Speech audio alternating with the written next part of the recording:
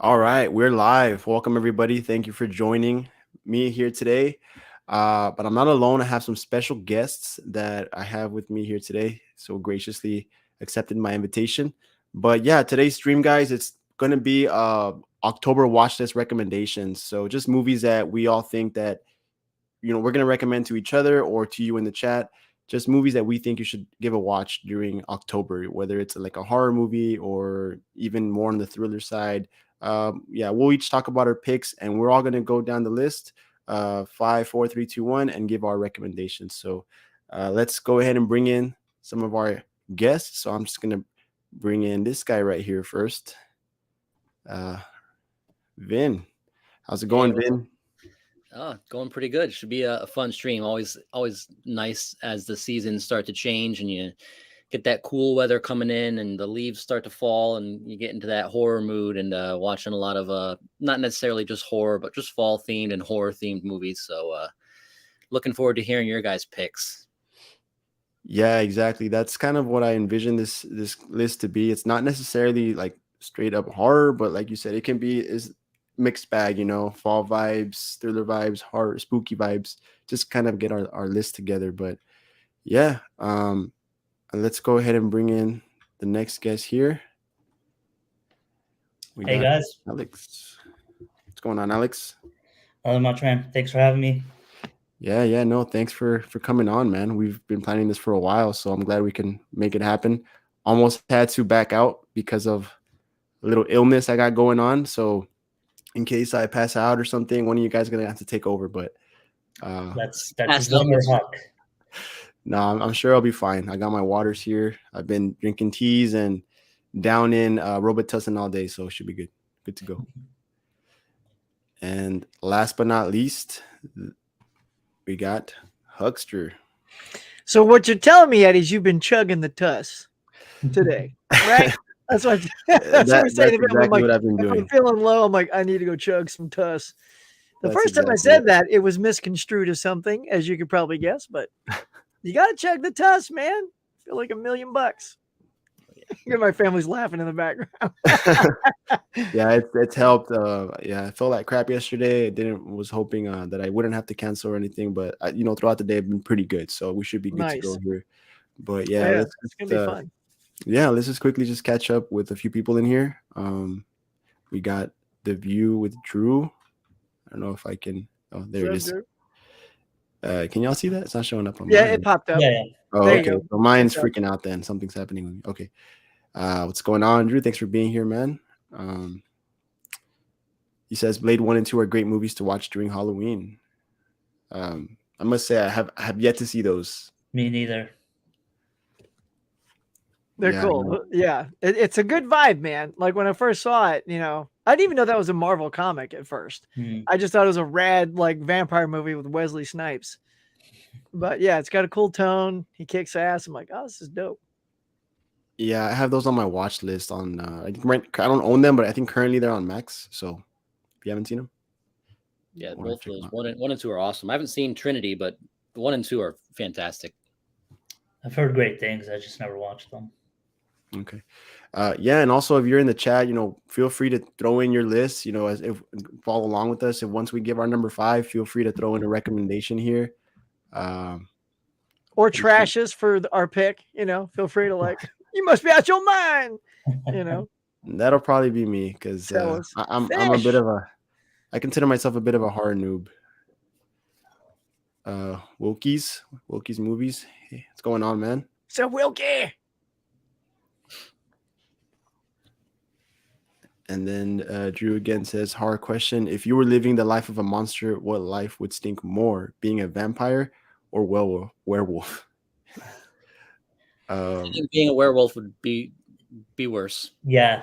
You got to deal with those. Yeah, you got to deal with the transformations, and not those sweet little Twilight ones where you just puff into a werewolf. No, we're talking like the hardcore. Bones cracking and nose coming out. Yeah, that doesn't sound fun. I wouldn't mind if it was Teen Wolf. The Teen Wolf. See, there you go. Now that's decent. Wouldn't mind that. A nice subtle transformation. Yeah.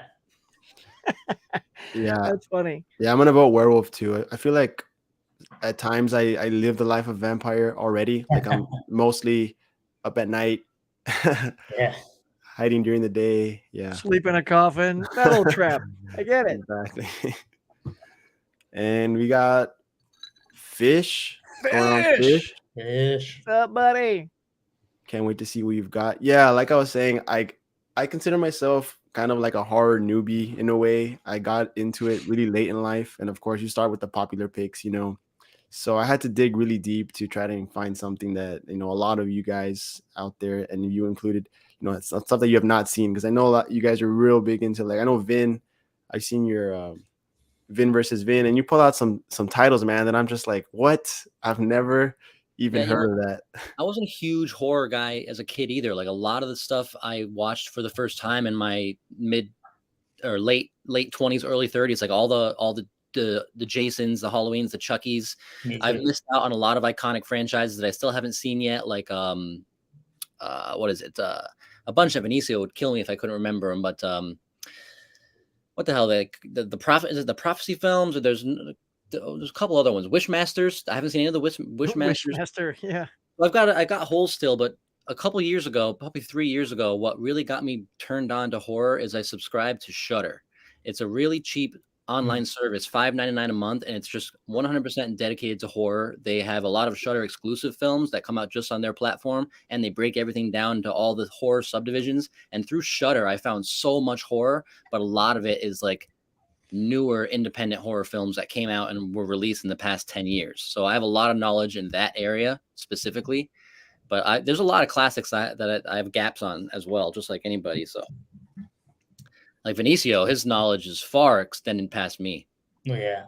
But I think I know more about the new stuff than him. Yeah, I noticed that because I follow Benicio on Letterboxd, and like every horror movie that I would check, I would just see Benicio had already watched it or locked it. Yeah. Yeah. And I'm like, damn. Yeah. Do any else? Does anyone else have Shudder or no? I don't have Shudder, no. I don't know. But it looks cool. It's super cheap. It's super cheap. It's $5.99 as far as I know, if they haven't gone up. And just the way they lay out the menu when you log into the service, it's very, very cool. It's very well done. And they do have a lot of exclusive content, exclusive horror films that come out just through Shudder that you can't get any other way. So it's definitely, I recommend it, especially now October's coming up. Yeah, check out Shudder for sure.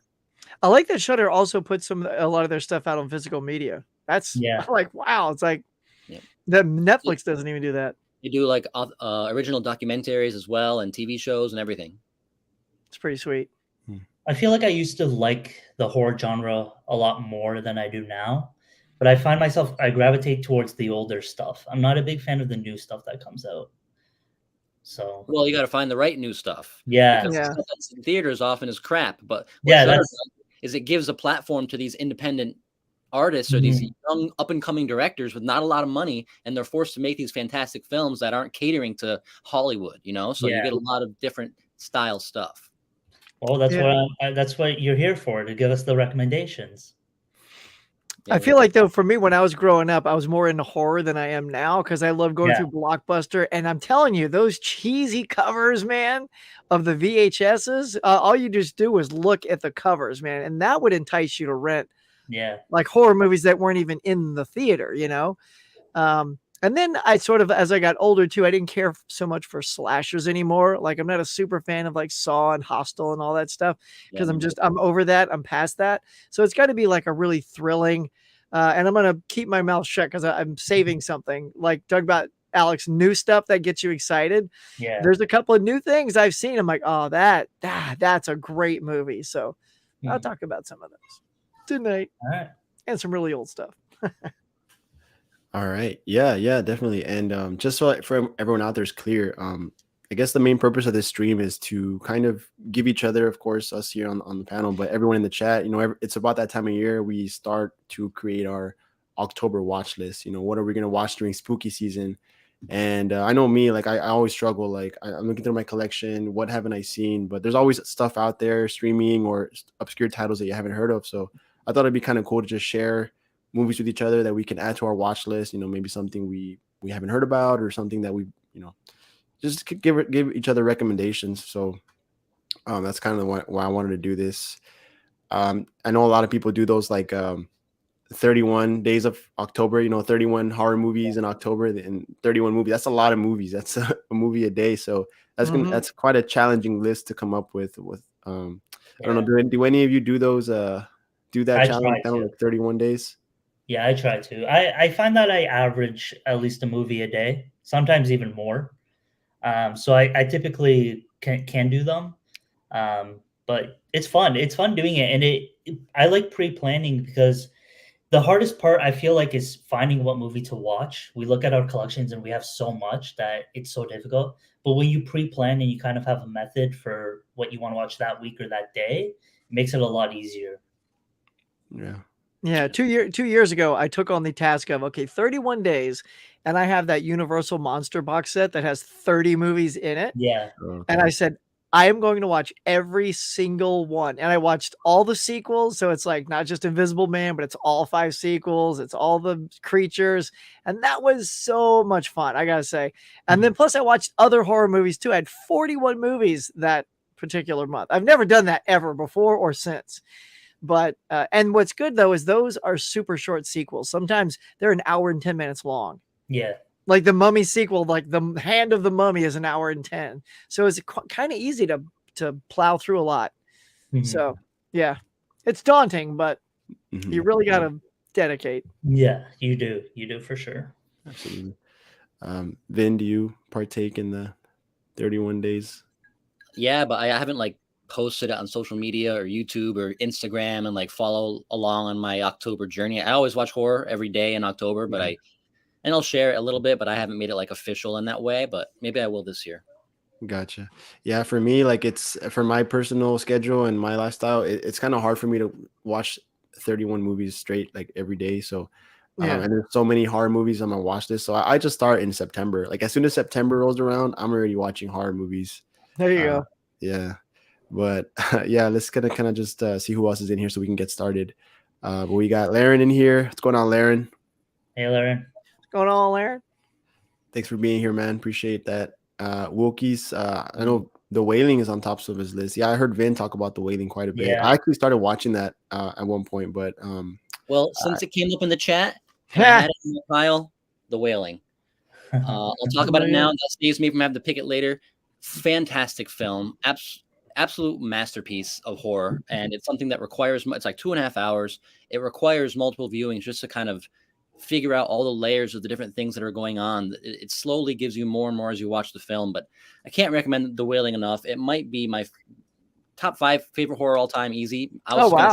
It might be my favorite top 3. It's fantastic. If you can deal with subtitles, you don't mind watching a foreign language film, it's the tops. So yeah, I agree with him 100%. I've talked about this film multiple times on my channel, but grab the Blu-ray. It is a masterpiece. It's a masterpiece.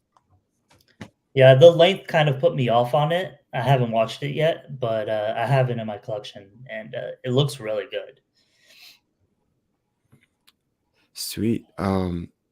Yeah, like I started watching it at one point. I think like on Prime, but I don't know. Maybe I wasn't in the mood. Kind of like the length and the subtitles kind of deterred me from continuing on. But I definitely want to go back to it because it was pretty intriguing and pretty freaky. So I don't know. Huck, have you seen that one? Nope. In fact, I haven't even heard of it till just now. So it's kind of cool.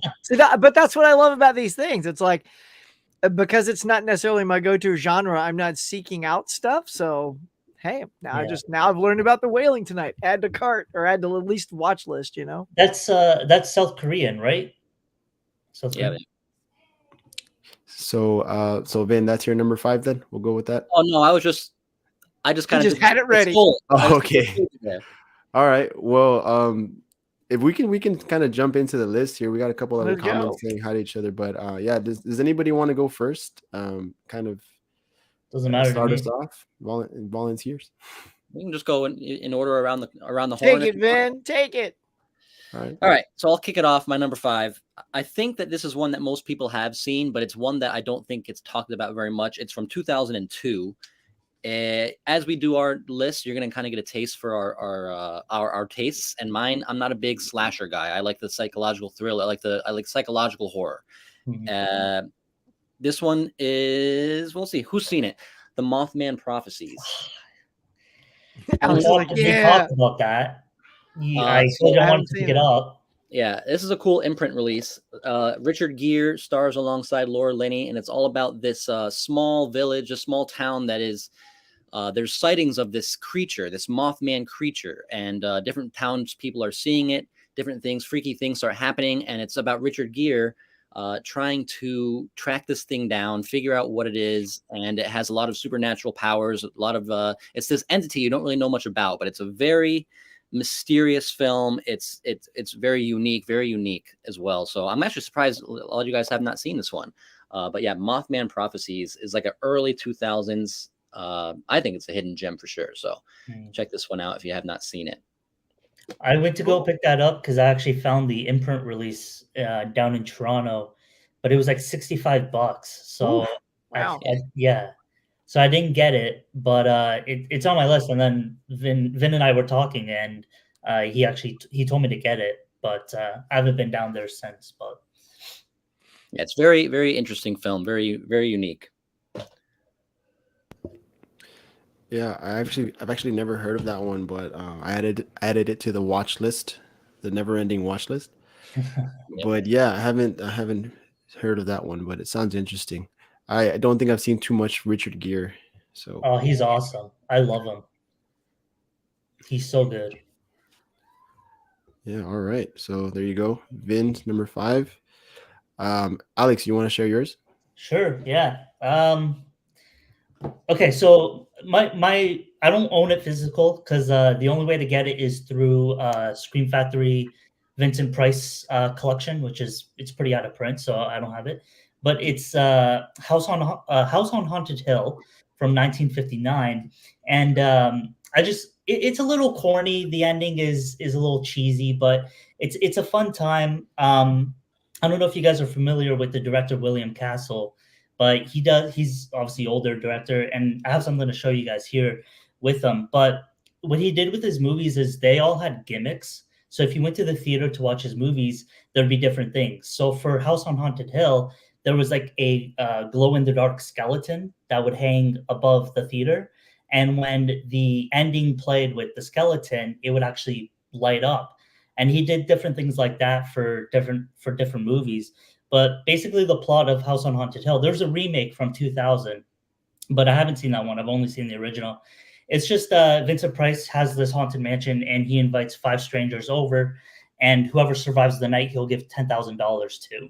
And it's basically just a plot to, I'm not going to spoil it, but it really has nothing to do with the actual haunted mansion itself, but it's fun. I really liked it. But what I wanted to show you guys here was, if you guys have seen it or if you like William Castle, this is the Indicator box set that they released of William Castle, and it comes with 4 movies, and I've seen 3 of them. It's The Tingler, 13 Ghosts, and Homicidal.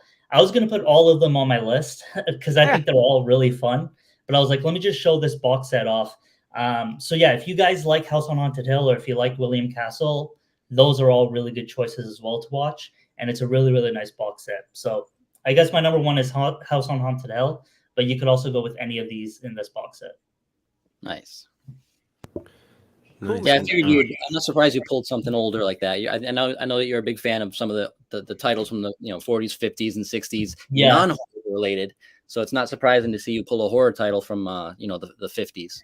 Yeah, I tried to mix it up. I did a couple from like early 50s and 60s, and then I did a couple from the 2000s. So I tried to spread it out a little bit here. And what year did that come out in? House on Haunted Hill is 1959. 59. It's a really good introduction to horror because it's not scary or anything like that. It's a really good introduction for people that want to get into it, especially if you like older films, black and white. It's great. And Vincent Price is the main man, and you can never go wrong with him. So yeah, I need to watch more horror from the 50s, 60s, earlier on, because other than just the Universal classic monsters. Yeah. So I need to get more familiar. That's same with me. I have that Universal Classics monster set, and I haven't watched a single film except Dracula. Oh no. Really? And it's got the 4K coming out in that cool new release with the book style packaging. And I'm like, oh, maybe this is a good chance to buy that and just watch them all. But as Alex, I know you know, my tastes don't really gravitate toward films that old. I like the newer stuff, the good newer stuff. So sometimes those really older 50s films, horror or non-horror, sometimes are a bit of a slog for me. But I might have to just bite the bullet. Maybe I'll do that for this October and watch that set. Yeah, the Universal monsters is interesting because I think people gravitate towards Frankenstein and Dracula. And for me personally, I like Frankenstein. But my favorite is actually Creature from the Black Lagoon. I think that one is really good. I really like the Wolfman as well. So I think I gravitate to the ones that people don't really watch as much as the other ones. But I don't know. If you're not really into it, I don't know then if it's gonna pull you in, you know? But I feel like I pretty much know what to expect, and I'm not. Yeah, I know what the style of filmmaking is like in that time period, so I'm not going to go in, naively about it. But I think they're worth at least giving a shot, and they are. So you have it in your records of things that you've watched in film history, and saying that you've watched those films is important. Yeah, absolutely. Like that's Universal Monsters are classic, and like they spawn so many spin-offs and sequels and stuff like that I think you have to watch them. Whether you like it or not, that's a different story, but it's definitely one that you should definitely check out. And like Huck said, most of them are probably shorter in runtime. Very short. Well, what I've noticed too mostly is all the originals. So the first Dracula, first Frankenstein, first Creature, first Invisible Man, those are amazing. The quality of all the original films, especially I was stunned by The Invisible Man. Yes. The performances were electric in that thing. And I also noticed too, after when you binge all 30 of those, you'll notice that there's sort of two different styles of acting going on. There's very grounded, like Boris Karloff is very grounded when he's playing the monster, and Claude Rains is great as Invisible Man. But then you got these side characters that are always like, oh, and they're so over the top. I'm like, what movie are these people in? But that was part of the charm in those things, is those directors loved those kind of actors too. And I guess that was your comic relief. So when you needed that comic relief, they were over the top, man. There was like the cop guy who appeared in like 3 of those movies. I'm like, hey, there's the old guy, So I think if you start with like the original Creature, maybe even Invisible Man, instead of the everyone knows Frankenstein and Dracula, see how those get you, Vince. See what those do. Or Eddie, if you haven't seen those, that might pull you into some more. I'm slowly watching them in release order. So I've only seen Dracula, Frankenstein, and The Mummy. And to me, The Mummy was hard to get through, even though despite its short runtime, I found it kind of boring. Me too. But Frankenstein, I was into that one. I thought it was pretty, it was dark at times, that scene with that little girl. So I know. It's when he chucks her, that's the best thing. Yeah, so I'm looking forward to Creature from the Black Lagoon. Intrigues me just because of like the creature design and like the filming. I mean, I don't know how it was filmed. I haven't looked into it, but like the underwater scenes and stuff like that. It's really good. It's very good. Time. It's like, wow. I was really surprised. And the guy's like swimming upside down while the girl's swimming on top. It's just like, when you see that, it's like, oh my God. Like, it's really good. Yeah. And I guess, Huck, real quick before we move on to yours, I just want to catch up with some people here. Yeah, man. Let's check them out. So Tiana's here. So thank you so much for being here. How's it going? What's up, girl? And my boy Johnny. Johnny. It's going on, Johnny. Up, cool kids? And then just kind of saying what's up to each other. Hey, Johnny, Laren. It's always cool, people saying hi to each other. And then we got, of course, Tim Talks Talking. What's going on, Tim? Thanks for being here. What's up, buddy? I know he's also into like a lot of those classics as well. So, Tim, if you got any, horror recommendations, classics, shout them out. Yeah. So he's into like those, 20s, 30s. And Gus made it. Gus, look at that. Gus is killing it during a Criterion season. I don't know. You guys follow him on Instagram. He's posting a new Criterion haul like every day. I got a lot. I got about 45 new titles. He blew me out of the water. Really? I saw that video you've been. I'm like, oh my God, you just empty the bank account on those? That was so many. Yeah. Yeah, I was trying to beat Vin, but he at one point he just took off from me. I was at 26. I was like, you're like, I'm done. Just take it. Just go. Go ahead. Take it. Take the win. Yeah, I don't even know how many I got, but not as much as Gus. The Wailing is on my list. Yeah, I mean, Vin says it's good, so I'll take it. And I did enjoy what I saw, but just maybe I wasn't in the right mood. Well, at the end of the day, it's a 2.5-hour foreign film, so you have to kind of be in the right headspace for that. Yeah. And Gus is asking about your pick, Vin. Isn't Mothman Prophecies based on a true story? Do you know if that's true? I know Fish said in the comments he thinks it was. Okay, so yeah, he says yeah. And then Johnny, 1999 remake of House on Haunted Hill is pretty good. I have not seen that one either. I haven't seen it. I want to check it out now. I still need to watch this one, Arsenic and Oles. I think I got it on a flash sale like a year ago, but for sure I want to get to it in October. Almost was on my list. And Master of All Movies, Breastwood. Hey, Sarah. It's Sarah. What's up, girl? Oh, okay. Vampire, Dracula, Werewolf, Monsters, movies, and zombies. My favorite movies. Yeah, great movies. Get them all in there. Yeah. So let's see who else is in here that I haven't. So apologies if I skip over anybody, but Kitten Paws. Yeah, it's my wife. Hey, girl. She's checking in. Thanks for joining. Show. Yeah. Thanks for joining. All right. So I hope I got everybody who joined us in the chat, but apologies if I skipped over your name. But all right, Huck, you're number 5. You ready? All right. So I sort of took this challenge to heart, which is what are things that we see often during the spooky time. And so for me, it's not really always, it's not super scary stuff all the time, but it's definitely, there's all kinds of different genres that you can play into this spooky season. And the first one I'm going to do, it's part of this box set here. Tim Burton, you already know that something stylish is coming. And so I'm going to pick The Corpse Bride. So this is an animation that he directed. And, it's got that sort of flair that he's known for. And the reason I picked that is because a few years ago, we had my daughter pick the movie she wanted to see for Halloween one night, and it was that. And then, like, for some odd reason, obsessively, we watched it over and over. So I've seen this movie quite a few times, but thankfully it's extremely enjoyable. Like, the music in it's good, the characterizations and the performances, vocal performances. Johnny Depp, of course, is doing the main character. They're all really fantastic. And so I was never a huge fan of Nightmare Before Christmas. I know that's a lot of people's faves. I know, but the pace and stuff on that always never quite worked for me. But with Corpse Bride, see, this one's actually directed by Tim Burton. A lot of people think Tim Burton directed Nightmare, but he didn't. He just produced it. But they cleverly always say Tim Burton's A Nightmare Before Christmas so that you'll buy it. It's like, but he didn't direct it.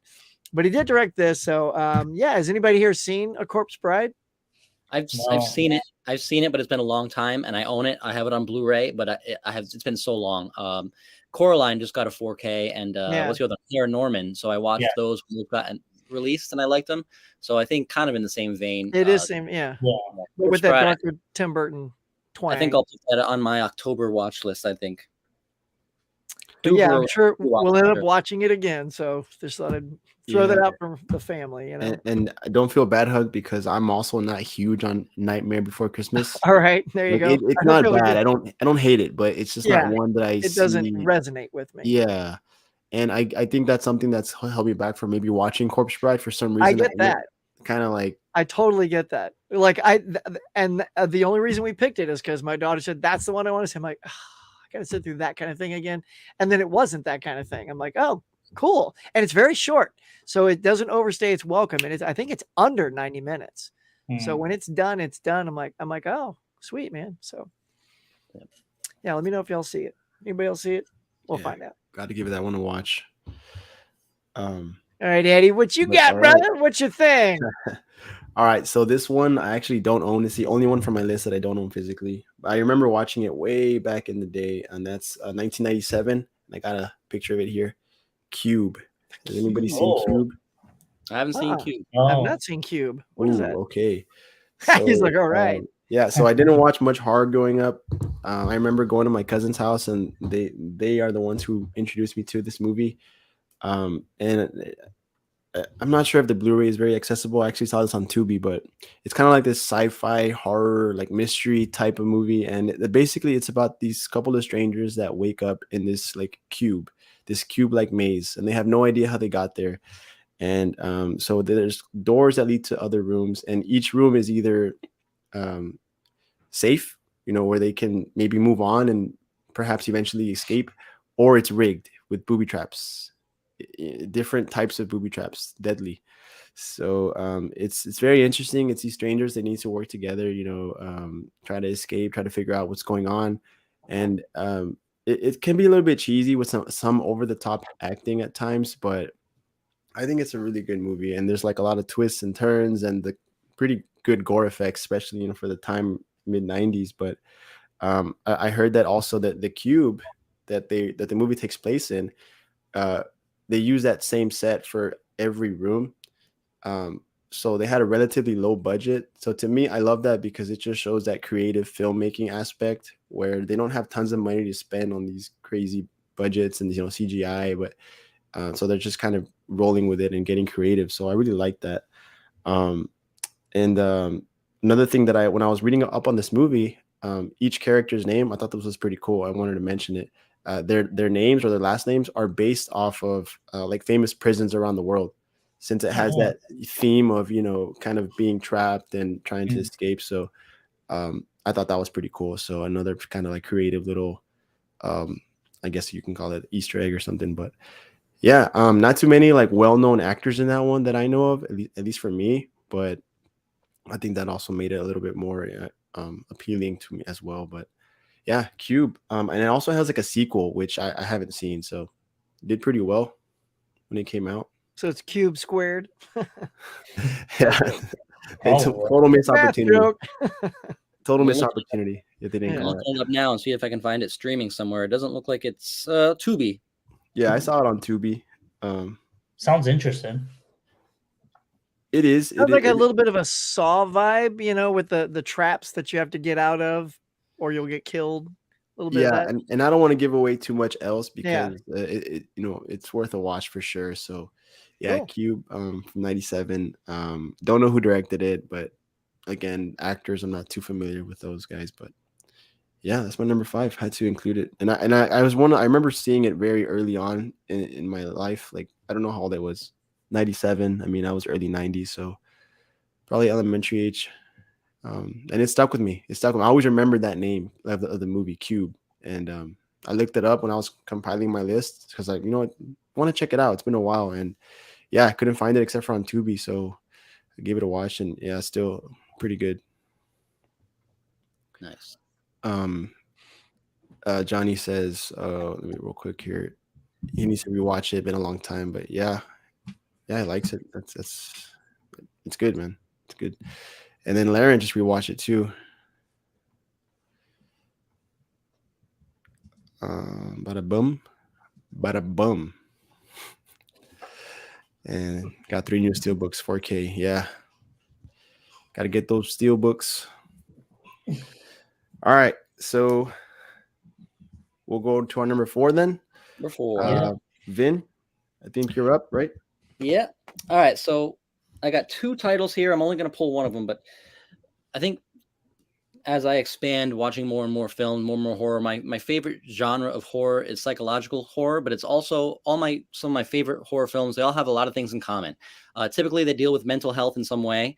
Oftentimes, there's aspects of religion thrown in there, and oftentimes it's always a strong female lead. And there's 2. Maybe I'll mention one as an honorable mention for this round, but one I wanted to highlight that I think is a really, really good film came out in 2019, and that is The Lodge. Has anyone seen The Lodge? No. Who's in that? No.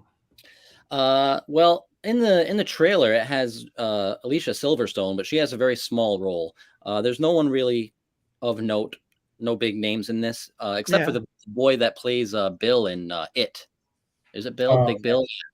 But the basic plot line is there's a father who remarries, and the new woman that he marries, the father has 2 kids. They go out to some like vacation cabin out in the woods, and the dad has to go do an errand or go to work or something, and the stepmom is left with the 2 kids, and then this really huge blizzard hits, and they're stuck with the stepmom over an extended period of time during this hellacious storm outside. The stepmom has some history of mental problems, and the children also don't like her, so they mess with her a little bit. They screw with her medications, and things start to go off the rails. Fantastic performance by the girl that is the lead in this. Looks like her name is Leah McHugh, but it's a psychological horror, isolation, two children, and this woman who you don't know if she's good. You don't know what's going on with her fully until the end. It has a fantastic ending, and it just clicks all the boxes for me. Strong female lead, psychological horror. I dig all those kind of movies. And the other one that I wasn't going to that I'll mention quick, I won't talk much about it, but it has a lot of the same qualities. Strong female lead, psychological horror. If you guys haven't seen it, is Censor. Oh, I've seen that one.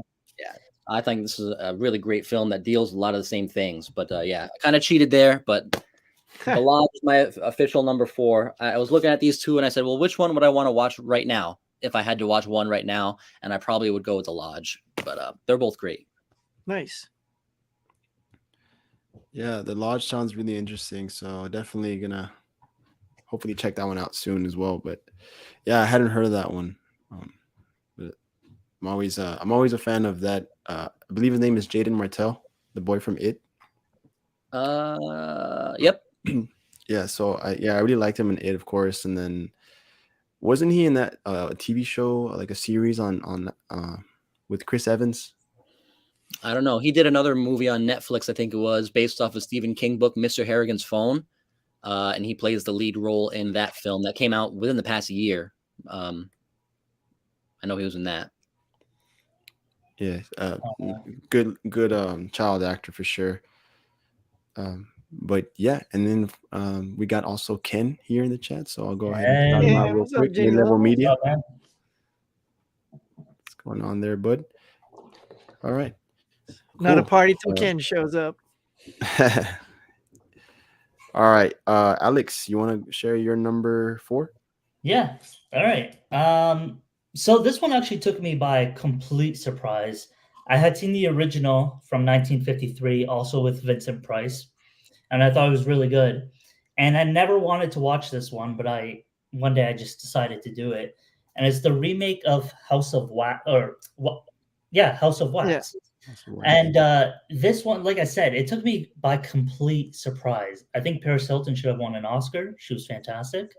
Damn. I don't know how she survived that long with but this one was just, like I said, took me by complete surprise. The kills in this are fantastic. The original was a lot more grounded. It's not really focuses on the kills or anything like that. It's more about the atmosphere. This is just full blown out. Like, it wants to show you the kills, the gore, and the violence, and it's awesome.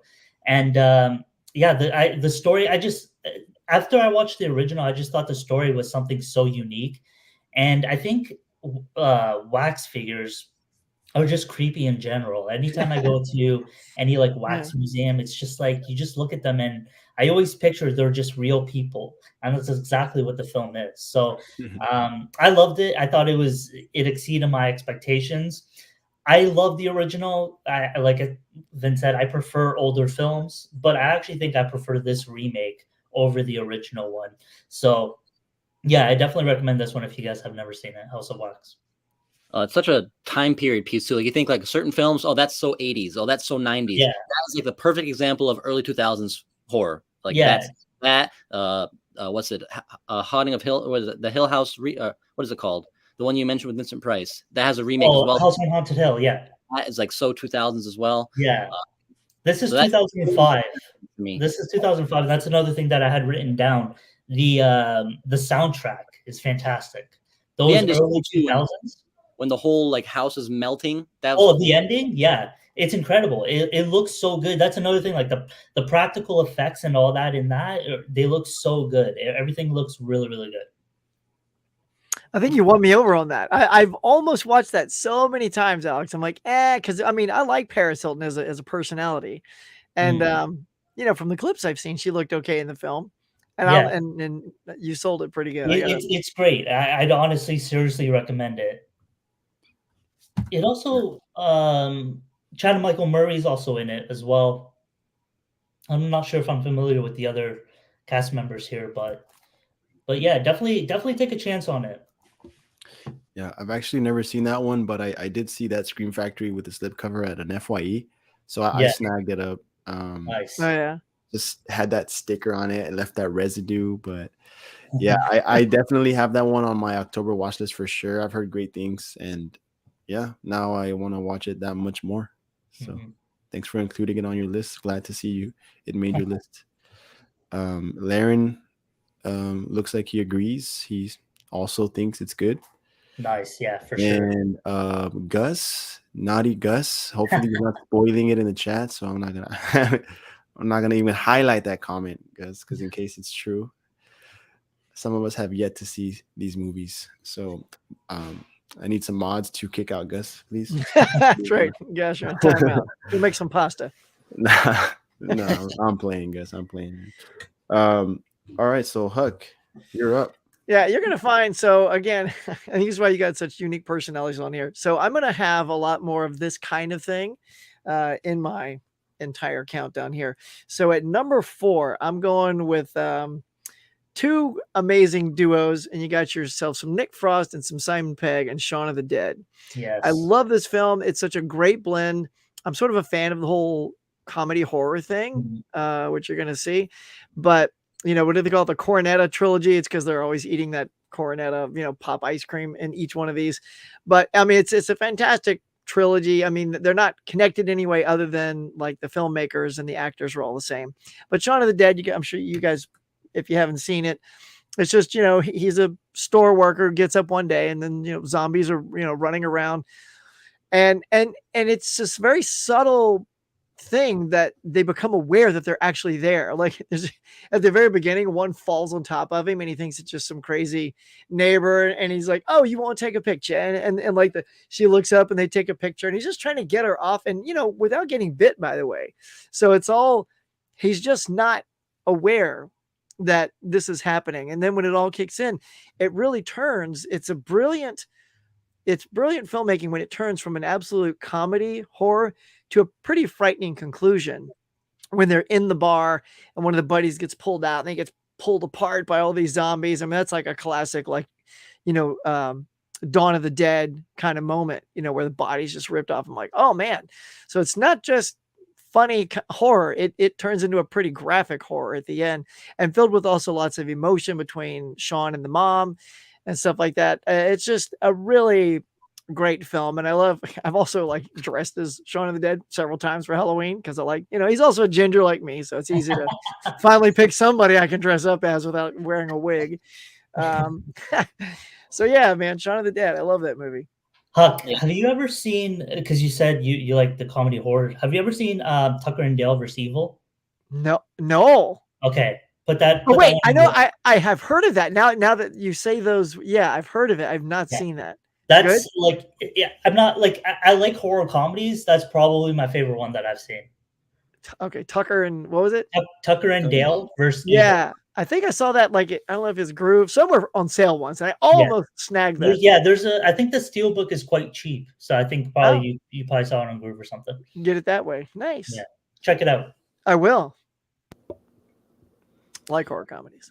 Yeah. I actually never knew that's why it was called the Cornetto Trilogy. So good to know. Yes, because they're just munching away on, there's a rapper in every movie. I just am missing Hot Fuzz to watch. I've only seen Hot World's Fuzz is End so and Shaun funny. of the Dead. Yeah. It's good. And then Gus here. No more spoiling for me. Good Gus. Shaun of the Dead, great horror comedy. Yes. That's right, Johnny. That's right. Great pick, Huck. Agreed. And the master says, Alex, Eddie, Hard Copy Blues, definitely check out y'all's channels. Appreciate that. Thank you. Thank you. Yeah, thank you. And apologies if my camera went out or if my voice sounds a little hoarse. We'll roll with the punches. But yeah. Tucker and Dale. Facial hair time. Yeah, for sure it is. And Tucker and Dale. Yeah, I'm unfortunately have not seen that either. So yeah, that's why I wanted to do this stream. I mean, I just so many gaps in my horror watching. You know, I've only seen a lot of the popular picks, so I want to definitely dive deeper into that. What's your number 4? All right, my number 4 is gonna be probably a movie that most people would say is kind of bad, but it's all right, and that's Hellfest. And I decided. Alex was like, "Yeah." So seen it? Yes? No? I've not seen Hellfest. No? No. Okay. Well, sell us, baby. Sell us. So okay, it is cheesy. It is cliche. I'm not gonna lie, but I really love the world building and set design of this movie. Like it really gets you into that horror, Halloween mood. It's just about this group of friends who go to this carnival called Hellfest, and it's this big kind of park, that comes into town or whatever, and they start to get stalked by a serial killer who targets them for whatever reason. I won't get into too much detail, but he starts picking them off, and the kills are great. But yeah, the one thing that just really I love about this movie is the atmosphere. Like if it gets you into that Halloween mood. Like if there was a carnival like this near me, I would definitely go. Like it's one of those really cool set designs. And the scares are really good, like I said. And again, don't want to spoil it, but I love what they do with the killer as far as his background or maybe like motives in a way. I mean, they don't explain too much, which I love. So yeah, I mean, that's basically it. I mean, there's not too much to it. Like I said, a little bit cheesy, cliche, but if you want something that'll get you into that Halloween mood, I think this is a great like slasher flick for sure. So it sounds kind of similar to a movie called Haunt. Has anyone seen Haunt? Yeah, I was actually gonna pull that one, but I ended up not doing it. Yeah, Haunt. If I remember correctly, I did see that one. If I remember correctly, it took mostly inside of like this fun house, right? Yeah, it was like so this is more like of a overall theme park. Excuse me. So the atmosphere of Haunt is incredible, man. Like, and it's genuinely creepy too. Like, I really like that one. Yeah. No, for sure. But yeah, I feel like you've been keeping that cough at bay for the past like minute and a half. Yeah, hang in there, Eddie. Yeah. Let it fly. Just cough. You got master of the mute button. Nice job. I know, man. I couldn't back out of the stream though because we've been planning this for like a month. Yeah, exactly. All right, Vin, you want to take over? Go ahead. All right, so I'm gonna pull one that's a bit more mainstream. And I'm pulling it because I just watched it last night. I rewatched it for, I think, the third time. I got it on 4K. It follows.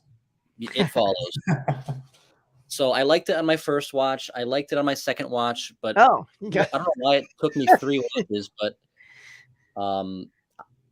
after a third watch, and I was actually talking to Gus about this after I watched it, I really think that it is a modern horror classic. It knows what it is. It doesn't try to do too much. It doesn't try and tell you too much. It's just this. Has everyone seen this?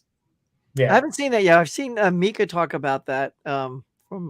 It's just so fantastically done. It's just essentially this the worst STD you could ever get, because once it's nice. Wow. It's a curse. Yeah. It's a curse, and it's passed through sex. So if you have sex with somebody who's cursed, then the curse is on you. And the curse entails just this entity that just slowly follows you. And it can take the shape of any human it wants to take, a loved one, a stranger, and it just walks. It never runs, it never hustles, it just walks, but it never stops. And it takes that simple premise, classic style horror, set up like that, and it just makes the most of it. The characters are well fleshed out. I believe it's set in like the 80s, 70s, 80s, 90s. Yeah. It's not supposed to be in 2020s. No. Nobody has cell phones or anything, I don't think. No. And it does everything really, really well. And I think out of all the crap we get these days, it follows as such a simple but unique and interesting idea, and they just pull it off to a T. So I know a lot of people have seen It Follows. Maybe I know this might get the chat talking about It Follows a little bit, but upon that beautiful, and again, this is such a beautiful release. If you look at that. Yeah. That's a chunky set right there. Oh yeah, it comes with this purchase from Second Sight, actually. Yeah, me too. I just grossly overpaid for the Witch Second Sight. It's coming off eBay, but it comes with this really thick book as well that delves into. It's a nice one about the movie, but yeah. I liked it. I always liked it, but I don't know. It just clicked with me a little bit more on that third watch. It's just like out of the stuff we've gotten in the past decade, especially in America, that's up there, top 5, easy for me. Yeah, I agree with Vin. I've seen that once. I haven't watched my copy of the second films one, but I saw it the one time and I thought it was really unique, and I liked it. I didn't love it, but I definitely plan on rewatching it again. So, but yeah, it's definitely really really good.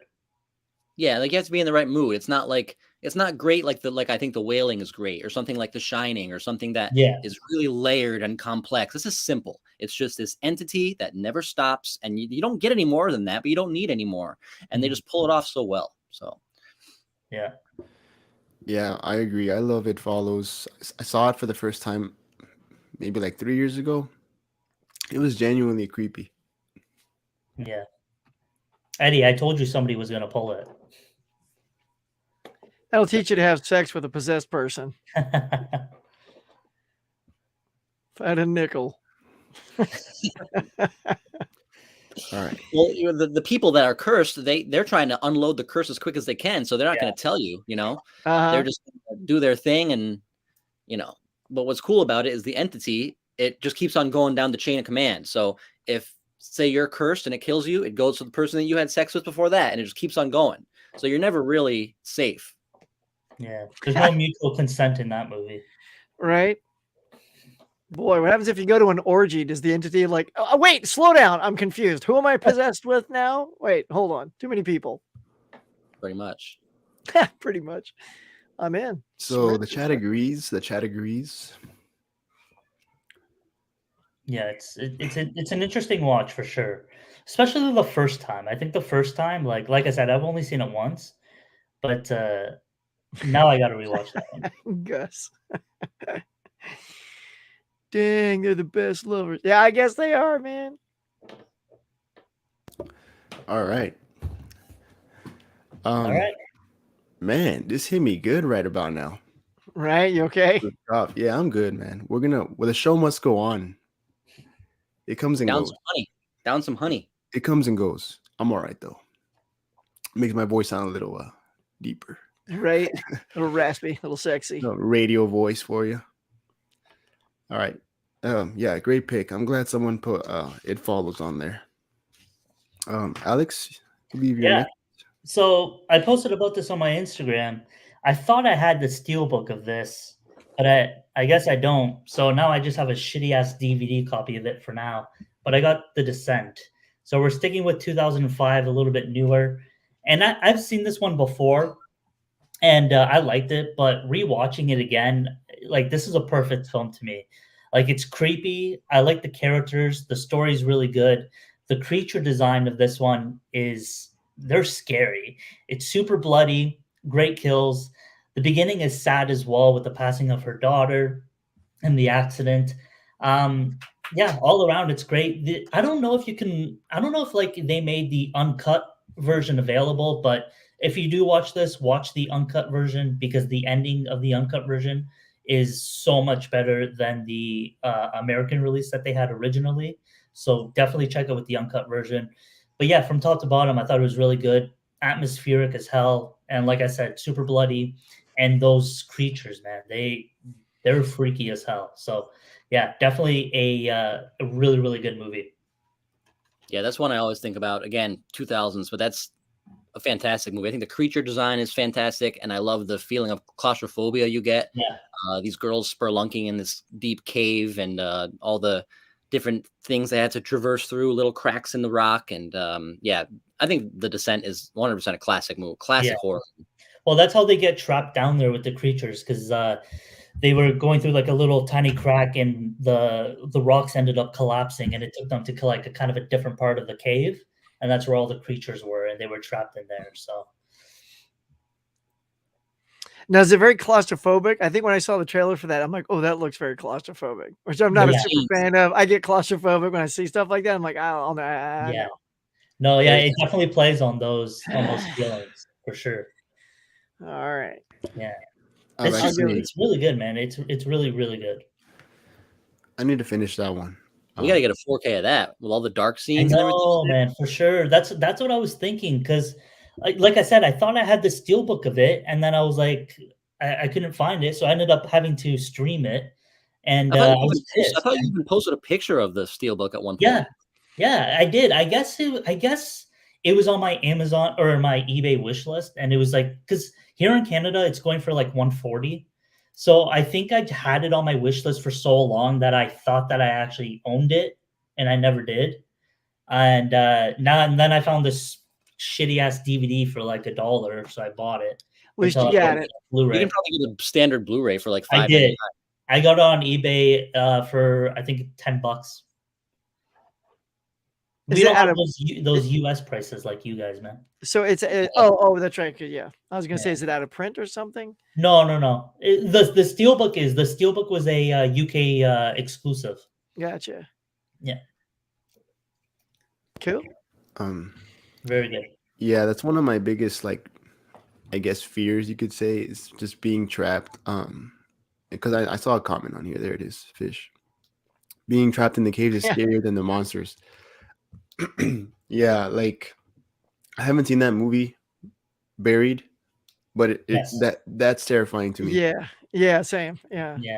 That's a really interesting movie too. Like how the whole thing is literally just Ryan Reynolds in a coffin, and the whole movie, and it's good. It surpassed my expectations. I wonder if he trained for that, because I'm telling you, as somebody who that's not a fun thing to think about, like being in a confined space, acting, like at a certain point, you'd just have to push it open and go, okay, we have to stop for like an hour. You know what I mean? Like if that was me, and I would need so many breaks. Yeah, because he is, if I remember correctly, like he's like shoulder to shoulder, like right up against like the box. Like there's like no room whatsoever. Yeah, that's such a primal fear that no one can relate to it really, because who's been buried alive in a coffin? But your brain can relate to it somehow very immediately. Even in Kill Bill 2, which is not a horror movie, when she gets buried alive, oh my god. Yeah. Well, I do not have a claustrophobic one for my next one. So, so for my next one, I'm going to go a little bit super classic because, again, leaning into what do we love to watch. This is my all-time favorite horror movie, so I cannot, in good conscience, not show it. Everyone's probably seen this, but for those out there who also love it, we're going to American Werewolf in London. It is, again, a great blend of comedy and horror, but really good horror. I mean, when he transforms, look, who doesn't remember that? That became such a, no pun intended, a transformative of a scene that it was nominated and won the Oscar for Best Hair and Makeup, which then from 1981, which is when this happened, it has now become a staple at the Oscars. That was not a category. That was a main thing. But this movie, once it won, it became a main thing. And, the performances, you got David and his buddy there. They go to England. They're at the slaughtered lamb, and they tell him, stick to the mole, stick to the path. And they, of course, get off the path, attacked by the werewolf, and, the curse begins. And, I mean, it's just a really well-played thing. And it's a lot of good jump scares, too, like the dream within a dream within a dream. Like, he wakes up twice, so you don't see that kind of thing coming. I think the creature design is stupendous. And and it's directed by John Landis, who gave us Blues Brothers. So it's neat that he had something like that in him. But so I'm sure everyone's probably seen it, but I love American Werewolf in London. It's so good. Got to get it. That's a really fun one. I rewatched that when that 4K came out, and it's almost like a buddy adventure film in a way. Yeah. Right? Totally. It's such a little layer to the film. Like those kind of movies are so fun, just kind of with their relationship, and then spoilers, but obviously the one guy dies fairly early on, and he's trying to help him out from the afterlife, and he's rotting the whole time. He's in different stages of decay. Yes, that's one of the best parts of the movie. Every time you see him, he's a little bit worse. Yeah, and then when they're in the porn theater, and it's like literally half his jaw is hanging out, and then the fresh victims are there, and he's like, David, this is the married couple, and she's like, hello, and she's all super cheery and stuff, but her face is mutilated. I'm like, wow, this is a whole different movie. What are you saying, Alex? I was gonna say I think it's the best transformation out of any werewolf movie that I've ever seen. Yeah, still, and that's 1981. Yeah, still, yeah. And I think that's the thing is when people think of transformations, they always think of this film. Yeah. So if anything can't be this good, people get disappointed. That's why when I see like the Twilight guys jump and puff into a werewolf, I'm like, well, that was easy. That should be way more like, I don't know. I want to see the transfer, like The Howling. The Howling had good transformations. Yeah, The Howling. Of course, that was Rob Bottin who did like Legend and stuff like that. So he's got, and The Thing. So you have the makeup guy doing that stuff. So. And this is Rick Baker, the other guy. I wasn't huge on it when I first saw it like 2 years ago, but I feel like it's one of those where I feel like I would enjoy it much more now. My tastes have changed a bit, I want to say. So I want to give it another shot for sure. Sweet. Yeah, it's all about the practical effects too. Yes. I think Laren just said that love the practical and see that's what I'm a huge fan of is practical effects. I love watching on set, and makeup prosthetics, all that stuff I'm a fan of. I'd much rather see an actor acting through prosthetics than a CGI character with just a voiceover. That's no debate. Yeah. Yeah, right. Practical effects will always win. It will always look better. It will always hold up. You watch a movie that's heavy CGI in 15 years, they look like shit. Yeah. Has anyone seen Dog Soldiers? I've seen it. I've seen it. I couldn't get into it, but I've only seen it the one time. Is that the one that they came out with from Screen Factory not too long ago? They did a 4K of it. Yeah. Didn't Second Sight do it as well? Second Sight did it as well. Yeah, I believe it was a British werewolf film. Could be wrong about that, but I think it was. Yeah, I saw that one on FYE too, but those prices can be pretty outrageous. Yeah, I have the Blu-ray of it. Fish. That's the reason you haven't been married yet? It's because you don't. It's creepy. Gus, who hasn't been confined to a coffin? I mean, right? At least once. Not me. Huck, already seen it. That's good. And shout out Rick Baker. And Wookie says he also loves the effects. Yeah, I agree with Alex. Transformation scene was top notch. Laren says Howling is amazing. I actually have not seen The Howling. I think I own it in one of those double pack Blu-rays with the fog. Yeah, by Screen Factory. Yeah. Oh yeah, I think I got the same one. Watch it for the first time in 4K. Yeah, that's always great too. When a first time watch on 4K, I feel like that's just a great experience if the transfer is done right. Yeah, if it's done right. Better than the Blu-ray, yeah. Yeah, I remember the Blu-ray not looking anything spectacular, but all right. What you got, man? What's your number 3? My number 3. Try to keep it relatively short before I go into another cough attack. Coughing fit. But yeah, let me know if you've seen this one, The Crazies. Great remake. Yeah, I was gonna mention that too because I know it's a remake from George Romero, right? Yeah. I just don't know what year. Yeah, and that's the original was 70s, I think, right? I'll take that remake over the original all day. Really? Oh, I was gonna ask what y'all thought. The original? I didn't like the original, but I haven't seen the remake. Huck, have you seen either one? I didn't see the original. I've seen that one. It's pretty cool. Oh, okay. Yeah, so if you're unfamiliar, it's this small town where kind of everybody knows everybody, and they all of a sudden mysteriously get overrun by this. They don't really reveal what it is at first, but everyone starts kind of to go mad, to go crazy, right? Hence the title, I'm assuming. But yeah, with that.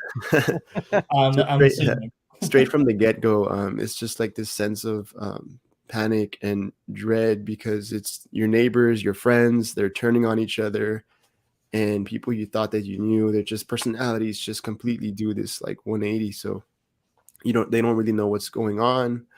And I love those movies that those movies where they quarantine an area when the military comes in, stuff like that. I just like that vibe. Like I know they do it in I Am Legend. they do the whole, testing for you're positive or whatever, especially like it's sort of relevant in the last few years, the times we've been living in. It's like what could happen, worst case scenario. So these movies always, are interesting to me. And Timothy Olyphant is in this, which I think he's a really good actor. I don't know. He's great. He doesn't get a lot of work that I know of, but I know he was in. Have you all seen that show on Netflix, Santa Clarita Diet? Oh, Santa Clarita. Santa Clarita. Yeah, with Drew Barrymore. Yeah. My wife watched. I didn't see it. My wife watched that one though. It's like this horror comedy, but he's great with Drew Barrymore. I think it got canceled. I didn't get renewed for any season, but I really enjoy that show, and he was a big part of why. Really, really love him as an actor. But yeah, I mean, just a really good movie. The Crazies, yeah, solid movie. Nice, good pick. That's one I had to rewatch too. Was I remember watching both of them, the original and then that one, and thinking, oh, the remakes way more fun. But I don't remember a lot of specifics about the actual film itself. So that might be another good one to throw on for next month. Yeah, and this scene right here, where he's dragging the pitchfork, he's just tense, like gripping scene. You're just like waiting to see what's gonna happen. It's really intense. But yeah, that's my number 3. We got Vin. I think this is gonna be your number 2 now, right? Number 2. All right, I'm gonna pull something that I don't think anyone's seen or heard of. Probably. Here we go. So we all have a love-hate relationship with Vinegar Syndrome and their partner labels. But if you buy enough from them, you find partner labels that put out some good stuff. And I got this for $10 when they were doing. I don't think it's what you're thinking. I don't know. Maybe it is. I got this for $10 when they were doing their $10 sale. It came with the slip, and it is a film from, I believe, 2021. So pretty new. It is a Swedish film, and it is called Knocking. Basic plot here: you have a young woman who just experienced a traumatic event. So you're told that she just she was released from, maybe a psychiatric hospital or, a place of that nature. She gets her own apartment, and that's where the film starts. And she's in this apartment by herself, and she starts to hear these knocking sounds, hence the title. And as the viewer, you don't know what's real and what's not, because you're told that she has a history of some things going on in her past. But again, the way they shoot it, the way they frame it, the way you hear things, you don't know if it's really a sound or if it's in her head. And then those knocking sounds throughout the course of the runtime slowly progress into screams, people crying for help. So she's convinced there's somebody in her apartment being tortured, being killed, something's going on, somebody needs help. But at the same time, she can't prove anything and nobody believes her. And it has a fantastic twist. And again, like I said earlier, it has a fantastic performance by a strong female lead in this movie. So if you don't mind subtitles, it's in Swedish, like I said, but it's a very interesting film. Pretty damn short, too. It's only 78 minutes long. Wow. So this is from Yellow Veil Pictures. And if you guys are familiar with any of the partner labels from Vinegar Syndrome, Yellow Veil Pictures is probably my favorite one. Everything I've bought from Yellow Veil, I've really enjoyed. So, yeah, that you can see on the spine there. Yellow Veil. But if you happen to come across this in a Vinegar Syndrome sale, whether it has the slip or not, this definitely gets my stamp of approval. Was that a blind buy for you then? Yeah. Okay. I remember when you did your video of like all those Vinegar Syndrome titles you bought. Ended up buying. I thought you were gonna do Blood on Her Name. That's a great one too. Yeah, that's the one that I ended up buying that one. I didn't get Knocking just because the conversion rate in Canada is insane, but I remember you talking about that one really highly. Yeah, Blood on Her Name is good too, but Knocking is definitely a little bit more horror. Whereas Blood on Her Name is a little bit more crime thriller. Yeah, you're right, for sure. Oh, that sounds pretty good. Is the only way to watch right now? Do you know if it's only on physical or streaming anywhere? Because I don't own that. I haven't bought from that label. Apparently, tried and true, Tubi. True. Good old Tubi. Everybody try there first if you're looking for something. I need to branch out to more labels. I feel like I'm a basic bitch when it comes to collecting It's tough though. A film like that where it's short, it's dark, it's atmospheric, it's very much heavily relying on this one woman and her performance. To watch a film like that and every 15 minutes have to sit through drug ads, like, yeah, kind of takes you out. I saw a movie like that the other day, and it definitely took me out. Don't remember what it was. No, I don't remember. Yeah, that's how much it took you out. You It came and went. Yeah, it was. That's how forgettable it was. You can watch films with commercials, but things that rely heavily on atmosphere and tension, like it kills it when you take these ad breaks and it's bullshit. Oh yeah. Right. All right. So we also got, before we move on real quick, just want to shout out this person right here. Not sure how you would say that. 1080p. 1080p, right? That's what I'd say. Yeah. All right, we'll go with that. Good evening, Chad. Lurking, wanted to say hey to everyone. Hey, what's going on, man? Thank you for being here. I don't think that I've seen you here before on my channel, but thanks for joining. Or if I have, I'm sorry, but trying to step outside my usual movie comfort, so I'm entertaining some horror movie suggestions. Yeah, absolutely. That's why we're doing this. Just wanted to give some recommendations. You know, lots of different film backgrounds and knowledge here in the chat and in the panel. So I want to spread that for sure. Okay, so Nate, I guess he's Nate. I mean, there is the N8 in the middle, so might be a good guess. It's a good guess. You know, maybe he's just incorporating his name into the 1080p. Hey Nate. Everyone's saying hey Nate, so I'm gonna take a we'll go with Nate. Gamble. What up, Nate? We'll go with Nate. So thanks, Nate.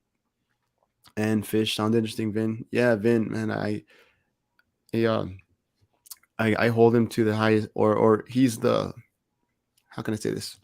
When it comes to explaining the synopsis or premise of a movie, Vin takes the crown. I get too much credit for that. Excuse me.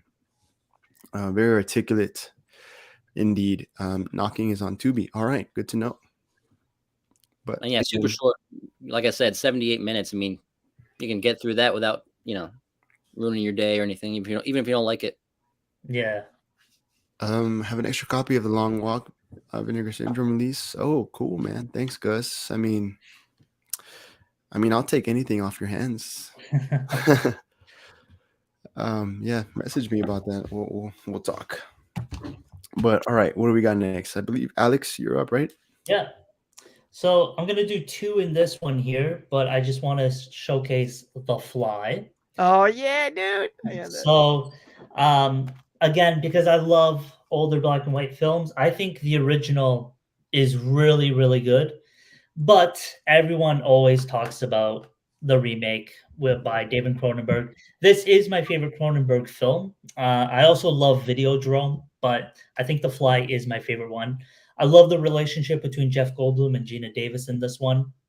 I think that's probably honestly my favorite part of the movie. Their relationship, their chemistry is so good. But Huck, we were just talking about practical effects. This is one of the best movies I've ever seen when it comes to practical effects. So The Fly, I love the story. I love the concept of the story. Again, the relationship. Yeah. So if you guys love this one, I really do recommend checking out the original one. This one here is from 1958.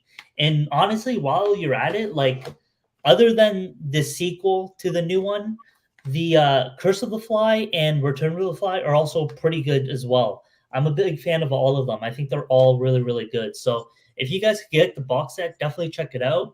But for this recommendation, and for you guys to start off, I do the Fly. That is David Cronenberg's version. Yeah, I have that same box set. And I love The Fly. It's my favorite Cronenberg too, because a lot of Cronenberg actually misses for me. But I love The Fly. Same. And The Fly 2, the sequel, is actually pretty good too. You but like I have not. I remember liking it. Yeah. Not loving it, but I haven't watched the originals yet. Yeah, dude. I honestly, I really, really recommend them. I really do like them, especially the original. They're goofy. They're pretty goofy, and I can't remember which one it is. It might be Curse of the Fly or Return of the Fly. It's like not even about the fly itself. It's like something different, but it's definitely enjoyable, and I don't think they're long either. I think they're short films as well. So yeah, like Return of the Fly here is 80 minutes, and Curse of the Fly is only 86 minutes. So won't ruin your day if you don't like it. Yeah, the makeup effects on that, Jeff Goldblum's transformation, ears falling off, fingernails. I remember that went up. That was the year it went up against Legend with Tim Curry as Darkness, which personally I feel is a more unique, like, imaginative design. Because, like, the fly's like a creature thing. I feel like I've seen it before. It was, even though it was really good, but it's, the fly ended up winning. Yeah. But it's just outstanding. I mean, the pace. I don't know what it is too. Like with you guys, I guess you said the same thing. Cronenberg, almost none of his stuff clicks with me, but this movie is pitch perfect for me. Like the pace, the performances, the practical effects, the payoff at the end. I mean, it's heartbreaking. He's just like grabbing the gun as the fly and puts it to his. Oh man, yeah. Good pick. I mean, look, I had it right here for a reason. I'm like, I'm going to show this off if nobody talks about it. So yeah, I'm a big practical effects guy. Like I'll watch shitty horror movies if the practical effects are good. Like if it's a fun time, like the movie Slugs that Arrow released. I don't think the movie is necessarily good, but the practical effects are so good that it elevated the film to me. So I'll watch it if it sucks, as long as practical effects are on point. And I think the Fly has some of the best that I've seen. Yeah, I can't. I'm opposite. If a movie can have fantastic practical effects, but if it's garbage, I still am like, oh, I just watched this movie called Body Melt. Oh yeah. God, it was so bad. Like it had great effects in certain parts, but Jesus, it was rough. The same. I don't know if you guys have ever seen Street Trash. I've heard a lot about it. It is. It's so bad, but the practical effects are really cool. So I mean, it's kind of in the name, trash. Yeah. I know Vinicio's big on the practical effects. We've talked about a little bit about different things. I know with like City of the Living Dead and stuff like that, that has great practical effects as well. So yeah, he's the man for that kind of stuff. If you guys ever want some recommendations. Quick one here. While we're talking about practical effects, I've talked about this movie before. I'm not going to stay long on it, but the practical effects are ridiculous, and that is the original Castle Freak. Yeah, I saw that one recently. Gordon. So the movie has this creature in it, this guy who's like really decrepit, and he's pretty much a walking skeleton zombie guy. But the practical effects are astounding. Like it's from head to toe, from foot all the way up to the top of his head. He's decked out in makeup and practical effects, and it's incredible because it looks fantastic. And this is like mid-90s, and it's unbelievable what they did to this actor. You guys, after the stream's over, just Google image search Castle Freak 1995 or whatever, and it's incredible. He looks so freaky in this movie, and they did this in the 90s. Like I don't know why they don't do more of it now. I'm gonna have to check that out. I love that's why Tim Curry, head to toe as darkness, from the horns down to the hooves, he was a practical effect. So I gotta check. And there's no hiding on this guy too, because his character is pretty much naked, so you see everything from his feet to the top of his head. Nice. Yeah, I agree. I agree with what Vin said earlier about the movie has to have some sort of story or that I'm interested in. It does, for sure. Yeah, or at least I have to be into it in one way or another, because just the practical effects alone doesn't do it. Although I do appreciate it though. Like Videodrome, I thought they were really good. I love it. But overall, they just didn't do it. Don't talk shit about Videodrome. Man. I was the same when I saw Videodrome. I was like, that's my second. I see Cronenberg is so like I watched Crimes of the Future recently, and although I didn't love it, I think I appreciated it more than I do some of his other work. But Videodrome is a lot like The Fly for me. It just completely stuck with me. I loved it. Like I've seen Videodrome I think 3 or 4 times now, and it gets better every time I watch it. See Naked Lunch? That doesn't hold. I mean, that was I can't. One and done. It's yeah. All right. All right. Well, The Fly. Haven't seen that one, but I'm added to the list. So thanks for that one. And I added yours too, Vin. Castle Rock. Castle Rock. You said right? Castle Freak. Castle Freak. Why did I say Castle Rock? Oh my god. Because that's the production company. Well, that's also Isn't it a show? Castle Rock. A show too. That's a show, isn't it? Wasn't that a show by what's his name that he did that TV show as well on Netflix? Yeah, on the Haunted Hill or Haunted House, and was it Blind Manor? Something like that. I don't know. Yeah, those are all Mike Flanagan directed shows. Mike Flanagan. Did Mike Flanagan do that? I don't know. I'm all over the place. I'm sorry, guys. Castle Rock or something. It's all good. All right. So, I believe Yeah, I got I got that same box that you got too, Alex, of the Flies, and I haven't dove into the older ones, which is weird because I've seen all the other Universals, so I got to put those on my list. For sure. All right, my theme continues. I kept trying to get out of it, and I couldn't, so I'm not gonna. But this continues with a 1974 film, black and white, and it's a love letter to all those great Universal movies that we're talking about, and that is Young Frankenstein. This is an absolute perfect blend. This is my favorite Mel Brooks. A lot of people like Blazing Saddles and other stuff like that, Spaceballs, but this is my number one. And it's Gene Wilder, Terry Garr, Madeline Kahn, Peter Boyle, all in pitch perfect performances. Even got Gene Hackman in there as the blind guy, like when he goes in, he lights his thumb on fire. Anyway, and Igor, you got Marty Feldman as Igor, but he's Igor because Frankenstein wants to be called Frankenstein because he's like that. But I don't know if you've seen this, but he's related to distant relative to Dr. Frankenstein, and he goes to the original castle, and that's where he sees the equipment that his grandfather brought dead body to life. So he does the same thing with Peter Boyle with the zipper on his head and singing, putting on the Ritz and all that jazz. Elmer, it's just insane. If you like Mel Brooks, I think this is one of his best. And this is another one we showed. My wife loves this too. So a lot of these things get a lot of rewatch because they're things that not just me. Because if it's a really horrific thing, no one else wants to watch that with me. So I end up watching all my horror by myself. But I think that's why I gravitate towards these things, because more people in the house get to watch it. We showed this to our daughter, who ended up liking it. So as a dad, you always think, yes, we got another one in there. But yeah, Young Frankenstein, if you guys haven't seen it, it's excellent. I love Madeline Kahn. God rest her soul. She's one of the comedic geniuses there ever was. So yeah, there you go. That's another one I got to rewatch. I have that on Blu-ray, and I remember liking it from what I remember. But oftentimes that Mel Brooks style, that English style humor goes over my head. Yeah, like the Monty Python stuff, like I doesn't vibe with me. No, it's better than that. It's yeah. I know exactly what you're saying, and I feel like it's just got more of a slapsticky. It's super quotable too. A lot of quotes are from this movie that once you hear it, you're like, oh yeah. Put the candle back. And Gene Wilder's amazing. Gene's fantastic. Yeah. Yeah, he's great. All right.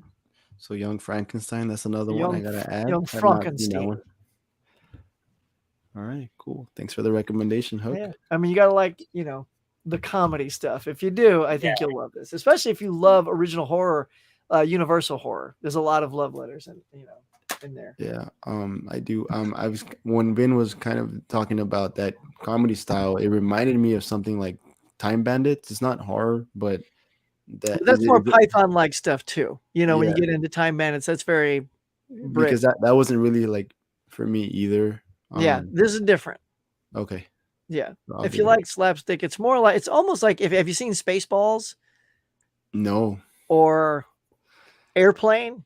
You've seen Airplane. Yeah. Okay, so it's more on that slapsticky kind of, and not so jokey like Airplane. I might be misleading you on that, but I think it's a more relatable American humor than all those British movies. Got it. Gotcha. All right, so I'm up next.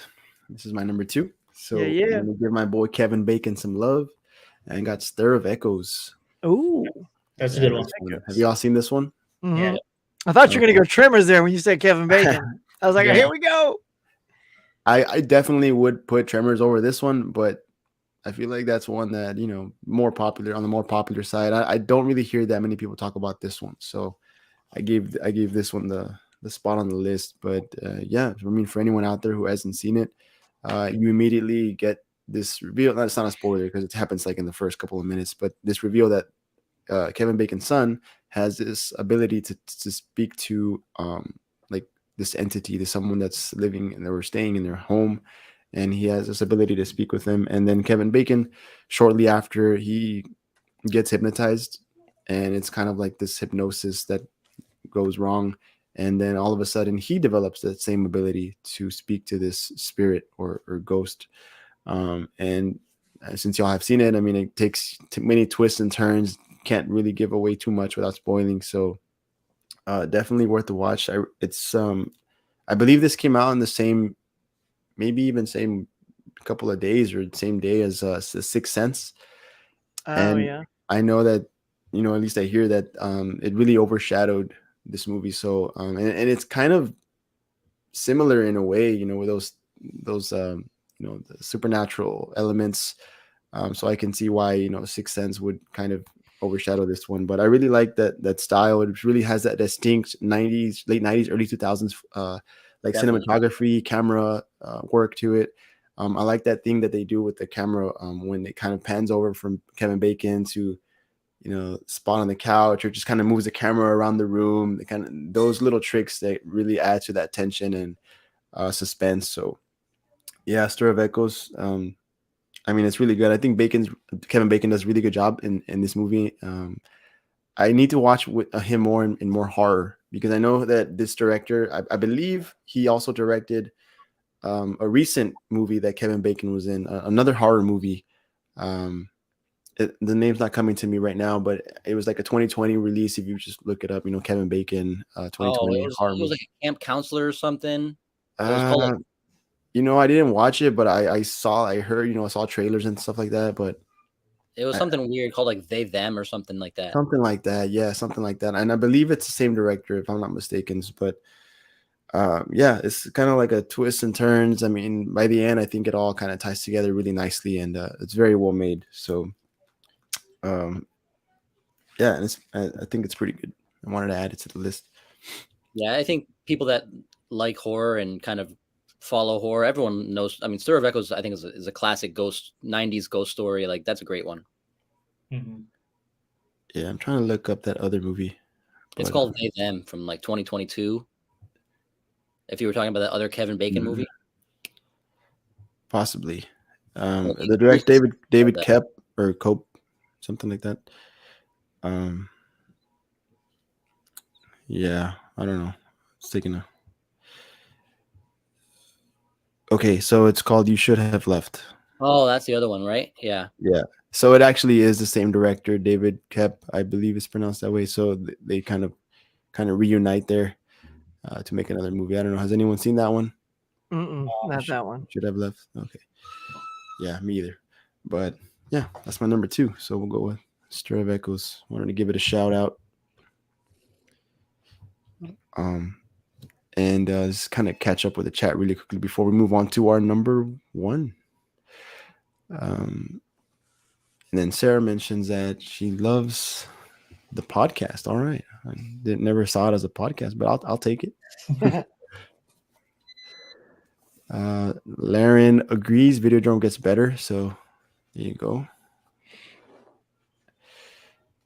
And then Nate, a movie I've seen. I'm not sure if he's referring to maybe Huck's. Maybe Huck's, because it was earlier in the chat.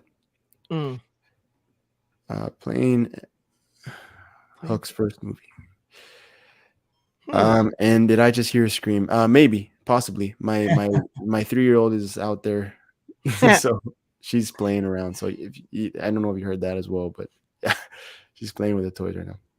Nice. Oh, but okay, looks like he's talking about Stir of Echoes. So, all right, there you go. Let's just mention something. Hollow Man. Have you guys seen that? Oh yeah, Hollow Man. I really like The Invisible Man, and I've heard that's the best like adaptation of that film. Oh, Hollow Man is the Is it Hollow Man? It's with Kevin Bacon, right? Yeah, he's also in that. I remember watching that too when I was younger. It's good. When Invisible Man first was announced, that movie from 2020, I immediately just thought of that movie, Hollow Man, and I thought it was like some sort of remake. There you go. I've never seen Hollow Man. I just put it on my list, but I actually liked. Okay, yeah, I liked the 2020 Invisible Man movie. Yeah. I thought it was pretty good. Was that good? I've been wanting to see that. I thought it was good. It is. I know a lot of people who didn't like it though. I thought it was pretty good, and it's a fantastic disc. The Atmos track is amazing on that. It looks amazing. Yeah, sounds. I mean, if you have a setup for it, like it sounds ridiculous. It's one of the best Atmos tracks I've ever heard. Mm-hmm. Yeah, you got a great setup, Vin. Right? Yeah, I remember you saying you got a sweet Atmos thing. I just got a sound bar, so So the dude's suit in the Invisible Man remake is made up of like hundreds of tiny little cameras that are on his body that make up this suit. So there's one scene, for an example of why the Atmos is so good, where the woman is looking for him and she can't find him because he's like in invisible mode. But his suit makes these little fluttering sounds from the cameras. So only in the back rear left channel you'll hear the fluttering, and turns out, oh, that's where he is in the shot, but you can't see him. Dang. Sweet. Oh, so almost like the sound design is helping you know where the character is. Oh, that's nice. It makes a great Atmos track, interactive sound like that, not just like loud bass, you know, like it's great. That's cool. Yeah, I need to rewatch that one because I remember that was one of the first movies that went straight to like you were able to rent it digitally because theaters were shut down and whatnot. So I remember like paying $20 for that rental. That was one of the first ones that you could do that with. So I need to watch it on the physical. I have not even seen the 4K. Only digitally. But yeah, and then Hollow Man Blu-ray, isn't that like really hard to find as well? It is. It's funny because I found this at a swap meet, and some other dude was digging through the tub, and I just saw like the top of the hollow, and I pulled it out real quick. And then I've seen it since then at a thrift store. So for something that's hard to find, I have seen it twice out in the wild. I only bought the one, but I was very excited because I really wanted that movie. I'll probably just grab the DVD for now or something, but I definitely want to check that one out. I haven't seen Hollow Man either. I want to check that out too. Yeah, definitely worth a watch. Yeah, Bacon's good in that. And before I get to that one, yeah, Fish also enjoys New Invisible Man. Yeah, for sure. Definitely one of my top movies from that year. And Careful with 3-year-old. Don't. She has some supervision. It's okay. No worries. Yeah, she's running around unsupervised. I don't play with those knives again. Exactly. All right. So where are we at right now? I think we're our number one, right? The number one. And I'm clarifying super late. I don't think I said this, but just to be clear, this isn't like a top 5. This isn't that number one is our favorite or highest recommended. It's just 5 recommendations. So list. I just wanted to get that out there at least before the stream ends, right? So Vin, you're number 1. All right, so I've got some of my all-time favorite horror movies sitting to the left of me over here, but I'm not going to pick those. I'm going to pick some more obscure stuff for the sake of the stream. Maybe some people in the chat that maybe haven't heard of it. This was a really random watch. I don't have it, so I'm going to show you a picture on my phone, but I found it on Netflix, and according to the internet, it's on Netflix now if you still do want to watch it. It's a movie from 2020, I believe. So again, fairly new, but some movies just stick with you. And this one, for some reason, just stuck with me. And I think it was some of the imagery that you see here is just, it's not crazy, gory, or horrific. It's just powerful. And again, another fantastic female lead performance. It's a French film called The Swarm. Now that's in French. Yeah. But it's called The Swarm. You can find it on Netflix. Basic premise. Jump in really quickly, Vin, because that cover looks really familiar. Is there a remake or something? Or no, it's American. So I don't think it's been remade yet. You know what that cover reminds me of? I'm sorry to interrupt you. Take Shelter? Yes. Twister, maybe? Take Shelter, yeah. Shelter? With Michael Shannon. But, Michael Shannon, yeah. The basic plot here, it's a single mother with 2 children, and her main source of income is she breeds locusts. And then she sells them to people. They use it for whatever means they want to use them for, but her business is not doing well. They're not breeding. Their numbers are going down. But she comes to find out that the locusts really thrive and do well if they're able to feed on blood. So then she has to find a way to feed these locusts, and she finds some success trying to, procure animal blood from different places, but eventually it doesn't work. The locusts are growing. She's expanding, getting more and more tents that she houses these locusts in, and she goes through some very extreme measures to keep her business going, to keep them fed. And there's some imagery in here that just won't leave your mind. It's subtle, but it's so powerful. The woman does a great job in her performance in it. And if you want to see a movie that is a woman going to extreme lengths to feed her ravenous, bloodthirsty locusts, that's the one. There's a French film from 2020 that's for you. And it's on Netflix. So there you go. Sweet. And what was that called again? Can I see that title? The Swarm? The Swarm. This is whatever that means in French, but okay, gotcha. It's called Not The to be Swarm. confused with The Swarm, I think from the 70s, where it was a bunch of killer bees. No. Is that your number one, Huck? The Swarm. Yeah, I telegraphed it. Damn it. Better change it. Oh man. All right. Sounds interesting. Locust. Pretty cool. All right. Alex. All your right. number one. You ready? Yeah, I'm torn here, man, because I'm looking at like my 5 backups, and like I feel bad leaving some of these off because like 2 of them are literally my favorite movies of all time. But I'm just gonna stick with the original 5 that I had picked, and we're gonna go back a little bit here to 1956, another short movie. This one also has a remake, which I've never seen, but we're going with the original Invasion of the Body Oh, Snatchers. yeah. Excellent. Now, I've never seen the remake, and I have it, and I have to watch it because a lot of people say that one is even better than this one. But when I watch older films, what I try to do is kind of put myself in that time period. And I think the story would freak me the hell out if I was back in that time period and watching this. The performances are great. It's a perfect blend of the science fiction horror. And yeah, like I said, it'd be creepy as hell if this actually happened. And this is one that I tend to watch every year. I love revisiting this one. But this year I'll probably not watch it and watch the remake instead. But great performances in this one, and it looks fantastic. Like the cinematography is breathtaking in this one. And this is a fantastic release by Olive Films here. If you guys like their things, they do like a slip box kind of thing, and then kind of like what Imprint does, but thinner. And but yeah, really, really good movie. I love this one, so had to put that on my list. That's a great movie. I've seen the remake. I have not seen the original. There you go. We'll switch this year. You watch the original, I watch the remake. There you go. Yeah, I need to watch the remake again too. I've seen the original a few times. It's sad. It's like the Olive, they're done, right? So that makes that version hard to find. Yeah, I don't think they do stuff anymore. There's a couple of releases I want to pick up before they're like super out of print, but yeah. Yeah, that's a good release. Yeah.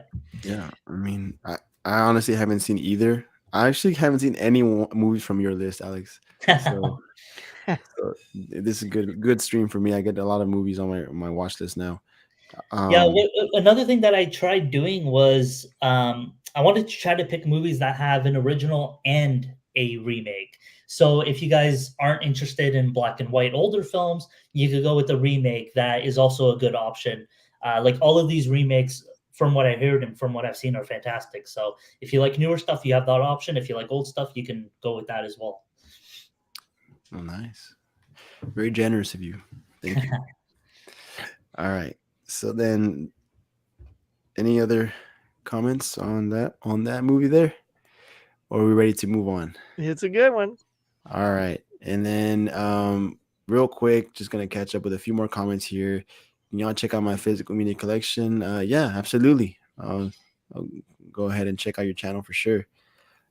And then Laren says, have you seen The Faculty? Have y'all? Yeah. Well, Alex, I guess. I saw that one. I actually saw that. I think I saw that this year. I need to pick that up on Blu-ray. I have the DVD of it, but yeah, that one's really, really cool. I really like the story in that one. I think it's fun. That's early 2000s too, I believe. Is it? Yeah, I think so. Faculty early 2000s. It might be like 99, 98. Yeah. Maybe. But yeah, either late 90s or early 2000s. But yeah, that one was really good. That's another one that I'd recommend. Yeah, that's a great one. I would love to see some, like maybe a Scream Factory release. Oh, for sure. I'm shocked that Scream hasn't done that one yet. Yeah, a nice 4K. And we got fans of something here joining the chat. What's up? What's up? What's going on, Eddie? Hey, man. Thanks for joining, man. Oops, what did I do there? And then Fish saying hey, Laren saying hey. And Nate, yeah, Faculty would come out on 4K. Yeah, man, for sure. I would jump on that. Absolutely. It's been a while since I've seen that one too. I just picked the Blu-ray up on. It's like it's got a solid cast, like Elijah Wood. You got Josh Hartnett. Yeah. Michael Biehn in that too, right? Michael Biehn. He's one of the teachers. I think you're right. I gotta. I'll search it real quick. It's like sitting right The only teacher I remember is what's his name from Terminator. Yeah, Michael Biehn. Is that his name? That's Michael Biehn. Yeah. Oh, okay. All right. So good. All right. Now, before I do mine, Eddie, so are we doing honorable mentions, or we're cutting it at the 5? Yeah, I need to know that because I feel bad. Because if we're cutting it at the 5, I'm gonna pick a certain one, and if you can do whatever you want, man, you can do whatever you want. Okay, yeah, that's your stream, bud. I just want to yeah, we'll throw some honorable mentions. Why not? Okay, all right. Then what I'm gonna do is I'll save the one, sort of like this new one that I'm super into that I like, and the others for after. And because again I'm sticking to, like, Alex, you had sort of the one's a new remake kind of theme, and I've obviously been sticking to my comedy horror stuff, so I'm not going to break that on number 1. And the reason I'm picking this, and this is again, a much older film, it's from the 30s, maybe 40s, old black and white classic, for those who don't see this very often. Alex is ready, but because you said what are staples, this is probably the number 1 staple every Halloween, literally on Halloween, because when the kids come by my house, I want to have a horror movie on the TV in case they're at the door and they see something, but I don't want it to be gory and too scary. So every year, without fail, it's Abbott and Costello Meet Frankenstein. I grew up with this film. I grew up with Abbott and Costello, and this was on a lot. This was one of my favorites. The blend with Bud and Lou when they meet the monsters. Lou Costello's take when he meets Frankenstein and Dracula are absolutely like pitch perfect. And it's a nice little blend. It's the only time Bela Lugosi played Dracula for a second time. And all of those sequels, it was never him. In fact, Bela played Frankenstein before he played, Dracula again. So yeah, it's a great blend. They're part of this moving company, or a delivery company, and they deliver these wax dummies, right, of Frankenstein and Dracula to this wax museum, but they're not. They're the real Dracula and Frankenstein. Yeah. And so when Drac comes out alive, and he brings the monster to life, hilarity ensues, like it does when 2 monsters are running around. And then it doesn't just stop there, but then the Wolfman shows up, Lon Chaney, and it's all the OG actors playing those roles.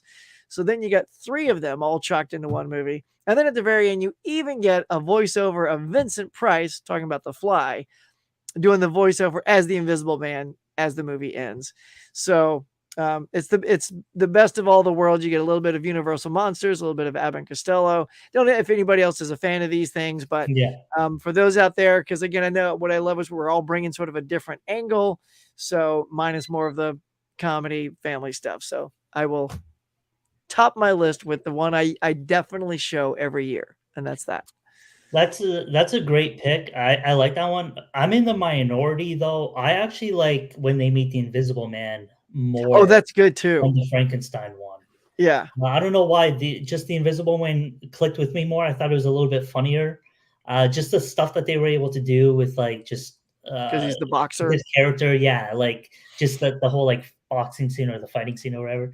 It's pretty good. Yeah, so I prefer the Invisible Man, but that one's also really, really good. Cool. Thanks, man. Awesome. Yeah. I feel like I've been saying this all night, but I haven't seen that. I haven't seen it. I mean, these are definitely older ones. It's like if you want to do here's the thing: if no one's ever seen Universal Monsters or Abbott and Costello, this is the one to see. So you get a taste. I'll definitely get it a watch. And do you had an honorable mention that you wanted to talk about as well, or you want to say that for the end? Yeah, if we want to do them, do you guys have some honorable mentions? Well, I guess because we can wait for one, and then we can wait to the end. Eddie, you do your last, and then we'll do a quick pass, and we'll just hold up all of them. We don't have, just like That's what I wanted to ask you all too. Like at the end was because I know that we kind of focus more on choosing more maybe like lesser known titles. We didn't want to throw out the the usuals, but I wanted to ask you all at the end as well. What are like your must watches, like your personal favorites? But we'll wait for that then, and then if Huck, if you have any more, we can talk about that too. Yeah. And then Fish, brings up here. This is actually who I was referring to. Huck. Oh, it's Robert Patrick. Yeah. I said Michael. Oh, it's the other Terminator. It's the second Terminator. I should have said that too. Yeah. Nice. Fish, man, setting it straight. Were you gonna say something, Alex? No, I was just gonna say the name that Huck said. I don't think was from the faculty. Oh, okay, yeah. Yeah, it's Robert Patrick. Yeah. Fish set me straight.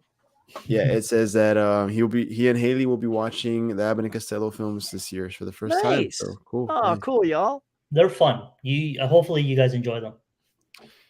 Yeah, always cool discovering new films, older films for the first time. The Mummy one's hilarious though, because I don't know, Alex, if you've seen that one, No, but they literally screw up and call each other Bud and Lou because their names are not, their characters are like other names.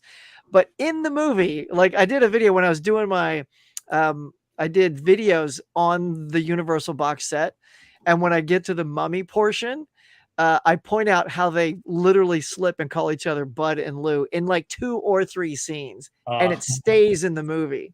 Oh, that's cool. That's cool. Yeah, I haven't seen that one. I've only seen the 2 of them, the Invisible Man and the Frankenstein one. Mummy's okay. It's the least of, it's the bottom. Yeah, and then Sarah kind of mentioning the different types of decades she collects, different Vinegar Syndrome, different labels, Kino. Some good ones there for sure. Thanks for sharing that for sure. And then been collecting since 19. Yeah. Did y'all get into collecting like early on? I know that's like a deep question that we can get into like a whole nother stream probably, but we'll just say yes. And then like more, give or take more, because I know me, like it's only been the last like 5 years. Yeah, I've only been collecting movies for I think 3 years. I used to collect games before that, like probably for like 8 years, but I sold my entire collection last year, and I just kind of switched over to movies. Gotcha. Then you have like a last couple years or? Oh no, I've been collecting movies since I was 8, 9. Yeah. I had a nice VHS collection, lost it, sold it. I had a nice DVD collection, sold it, lost it. Now my Blu-rays, I finally started keeping them. So yeah, smart. Yeah, I've been like recording stuff. I started collecting back when you could record stuff on VHS, and so I do it that way because it was cheaper. And then I'd buy them when they get down to that $20 sweet spot, and then DVDs, and then laser discs. I was part of that era. All right. And now, here we are. I wish I had a VHS collect. I wasn't huge, but there were films I watched all the time. You know, I had maybe 40 or 50, but it's all gone. I know. That's all good. Yeah. All right, they're easy to find now, unless you want the horror titles. Then I know horror's the. I don't want to even delve into. You know, it's enough on your plate when you're trying to collect Blu-ray and 4K. I can't go back and try and start a VHS collection. No, you can't. I thought of the same thing, Vin. I was at the swap meet. I'm like, ooh, there's a James Bond. It was like, You Only Live Twice in a very mint-looking box. I'm like, don't do it, Huck. No, don't pick it up. So I walked away. I'll grab them when I find them, but I'm not like, I don't go on eBay looking for them or anything like that. It's just if I find it at the thrift. Yeah. We need to do another stream when we talk about all our collecting and all that, how we got into it. That'll be a fun stream. But all right, guys, my number one, I'm just gonna go with this one. One of my favorite directors, that's Del Toro's The Devil's Backbone. Have y'all seen this one? Absolutely. Yep. Yeah. I haven't seen that one yet. You stole it. I stole it. Yeah, I know. I spoiled my pick, but appreciate you letting me have that one. But yeah, no, this is a great movie. I think Pan's Labyrinth is my favorite Del Toro, but this is I wouldn't say a close second, but I like the way it kind of it's similar to Pan's Labyrinth in a way. It's like a nice little companion piece, kind of like an unofficial prequel, because they're very closely related as far as like themes. You know, they both have to do with young innocent children who kind of lose that innocence due to circumstances that they're involuntarily put in and put through. Just horrific circumstances. People just having bad people around them and put in bad situations. But yeah, it's basically set in Spain. I don't know if it's like during or after the Spanish Civil War, but it's about this little boy who is his father passes away, so now he has to go to this orphanage, and he quickly realizes that there's a ghost. There's a ghost in the orphanage, and there's some bad things that have happened there in the past. So they just he kind of goes on this journey to uncover, the dark secrets. And it is pretty cool. It's pretty creepy. One thing that I really like is, especially about Del Toro, is his creature designs. So the ghost, there's so much, like, I know in this Criterion edition, in the special features, he mentions, he gets into detail of how he came up with the design, and there's a lot of care and thought put into the thought process of coming up with a design. So that's one thing I really enjoy. And one really underrated, like, antagonist in this movie, like, I never really hear people talk about, and he's just one of the most, like, detestable, like, human beings, just like no redeemable qualities, just a horrible human being, just does really despicable things. But yeah, and then especially the where it's set, the setting, this isolation feeling of just being out in Spain, kind of like in the middle of nowhere with this kind of like war going on, and the cinematography is really amazing, and the whole set design of the orphanage is really cool. So yeah, it's like a 5 out of 5 for me.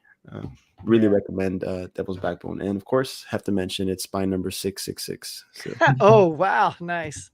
Yeah, I think Pan's Labyrinth will always be everyone's favorite Del Toro film, but The Devil's Backbone for me is on the same level. Like, I even wrote in my review on Letterboxd that I do think it's my favorite Del Toro movie. Although I love Pan's Labyrinth, I think The Devil's Backbone is super underrated, and it's fantastic. It's a must watch. Yeah, I agree, because when you hear people talk about Del Toro, Pan's Labyrinth automatically number one, and rightfully so, great movie. But you hear, Shape of Water got the Oscar winner, Hellboy, all those. Kronos. Yeah, but this is definitely one of his, like, gems for sure. And if you like Pan's Labyrinth, I think you'll definitely like Devil's Backbone. I agree. Yeah, I agree too. I like Pan's more. I think it's just the visuals in that film are just, they stick with you a lot more. But I definitely like Backbone more than Kronos. Yeah. Agreed. So yeah, Huck, and I don't know if you own this Criterion. Not yet, no. For November sale, I think you should definitely give it a shot. And yeah, I just started picking up some, like, I found like Pan's Labyrinth and Crimson. Was it Peak? Yeah, I found both of those at thrift stores. So nice. Yeah, I'm that's a big hole in my stuff. I've seen more of his newer stuff. I've seen obviously Hellboy and Shape of Water and stuff like that. But this is more like, when you can tell it's more of his, like, passion projects. It's like what he wanted to do, not so much like studio kind of running the show behind the scenes. Pacific Rim, that sort of stuff. This is more like Del Toro style. His culture, his background, what he really wants to make. So definitely give it a shot. Sweet. Yeah, he's got a great visual style. The Devil's Backbone, Pans, and Kronos, the ones that Criterion have, those are definitely like his babies. Like, that's 100% Del Toro. Yeah. And I mean, that basically rounds it up, guys. I mean, that's our 5 each. We're just under 2 hours here. Really appreciate you guys coming on for sure. And I have a lot to watch now. Like, if my watch list wasn't big enough right now, I get to add all of these to my some good ones tonight, definitely. Yeah, a lot of good ones. And we got some late arrivals here, Dale. But you made it. Better late than never. What's going on, Dale? And I appreciate all you guys sticking around in the chat for sure. Yeah, I really appreciate you guys kind of interacting with us here and joining the conversation. But yeah, I mean, really quickly, I guess we can just, if y'all had any honorable mentions that you wanted to, you had to leave out. Absolutely. Got a few. Just run through them. So I got a few. Goodnight Mommy. Really interesting German horror film. It got a remake. Don't bother. Watch the original. The Witch. One of my favorite horror movies of all time. It's in my top 5, 100%. Is that the fat box set? I just got that off eBay, and I'm not going to tell you the price, but I grossly overpaid to get that. So it's coming this Thursday. Yeah, when Second Sight announces them, and you have any little bit of interest, order them. because yeah, when you they gotta go out, love those though. Those are pretty pennies, you know. they are, but the amount of work that they put in, like their books alone, like they're fantastic. If you like essays and that kind of stuff about behind the scenes and stuff like that, they really put. Overpaid. Sorry. I don't even like that stuff, and I still overpaid. Oh, Yeah. yeah. Ah, The new It Follows one, the booklet on that one is even bigger than this one. Yep. Dude, that is a thick book. I opened this yesterday. I barely got mine yesterday. Yeah. And I was looking at that. I was like, man, It's like, huge. it's honking. Yeah. yeah, it's thick. I got 4 more here. Yeah, what else you got, Ben? Horror comedy, Idle Hands, fantastic. Yeah, there we go. Some really impressive and great kills in there too. A movie called The Devil's Candy, which is a really underrated film. Check this one out, The Devil's Candy. Got 2 more. This one is a Shudder original, Shudder exclusive, and probably one of the films that actually filled me with the most dread in certain scenes of any film I've ever seen, and it's Caveat. Very strange plot there, but if you want something that's very, very unnerving, Caveat. Which I probably don't. Give that a Google. And the last one I have is something that I do watch every year. It's probably the only film that is an annual watch for me, and that's The Shining. There you go. Yes. Yeah. I think that's the only one I've seen from that bunch that you pulled there. Same. But yeah, I'm sure they're great picks. Vin. You haven't seen The Witch, Eddie? Oh yeah, no, yeah. I haven't seen The Witch. Not The yet. Witch is great. Which is good. I know everyone says good stuff, so I'm looking forward to that. Yeah, so I guess mine, I have 5 here. They're pretty common titles, but they're ones that I definitely watch every year. They're some of my favorites. The Witch was one of them, but Vin just showed that off. I'm a big fan of the remake and the original, but specifically the remake from 1988 of The Blob. This one is a ton of fun, and we got a 4K coming soon. I'll definitely be needing that one. But I love the original story of The Blob, and this one just takes it to the next level. And that's incredible. I really like that one. I had to pick out one criteria, and it was going to be The Devil's Backbone, but I picked Eyes Without a Face. I know some people don't really like this one. This is a French horror title, but I actually do think the plot is pretty spooky when you think about it. Like, this guy brings in these girls and he removes their faces for his daughter. That's pretty freaky. So I think that's a good one. My favorite horror movie of all time. This is what got me into the genre. I have to mention Scream. Yeah. That's inevitable. Very fun. And the last one that I have for you, this is the movie that got me into black and white films. It was my first black and white movie. It's what got me into older films in general, and that's Psycho. So Psycho and Scream are 2 of my favorite movies of all time. And if it wasn't for Psycho, I'm not sure if I'd ever get into older movies. So I owe everything to Psycho and Alfred Hitchcock. And that's all I got. Psycho's fantastic. You know, it's one of those films, like, you hear it's classic, so your brains tries to say that's BS, whatever. But it really is like last year is the first time I've really watched, other than Psycho, all the Hitchcock films in my collection, like 15, 16 films.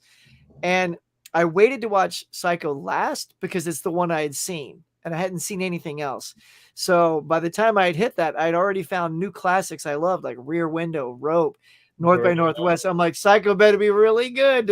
And it was still great. It was still my favorite of all of them. So the character that Anthony Perkins plays is just fantastic. He's that great. Twist, the twist is great.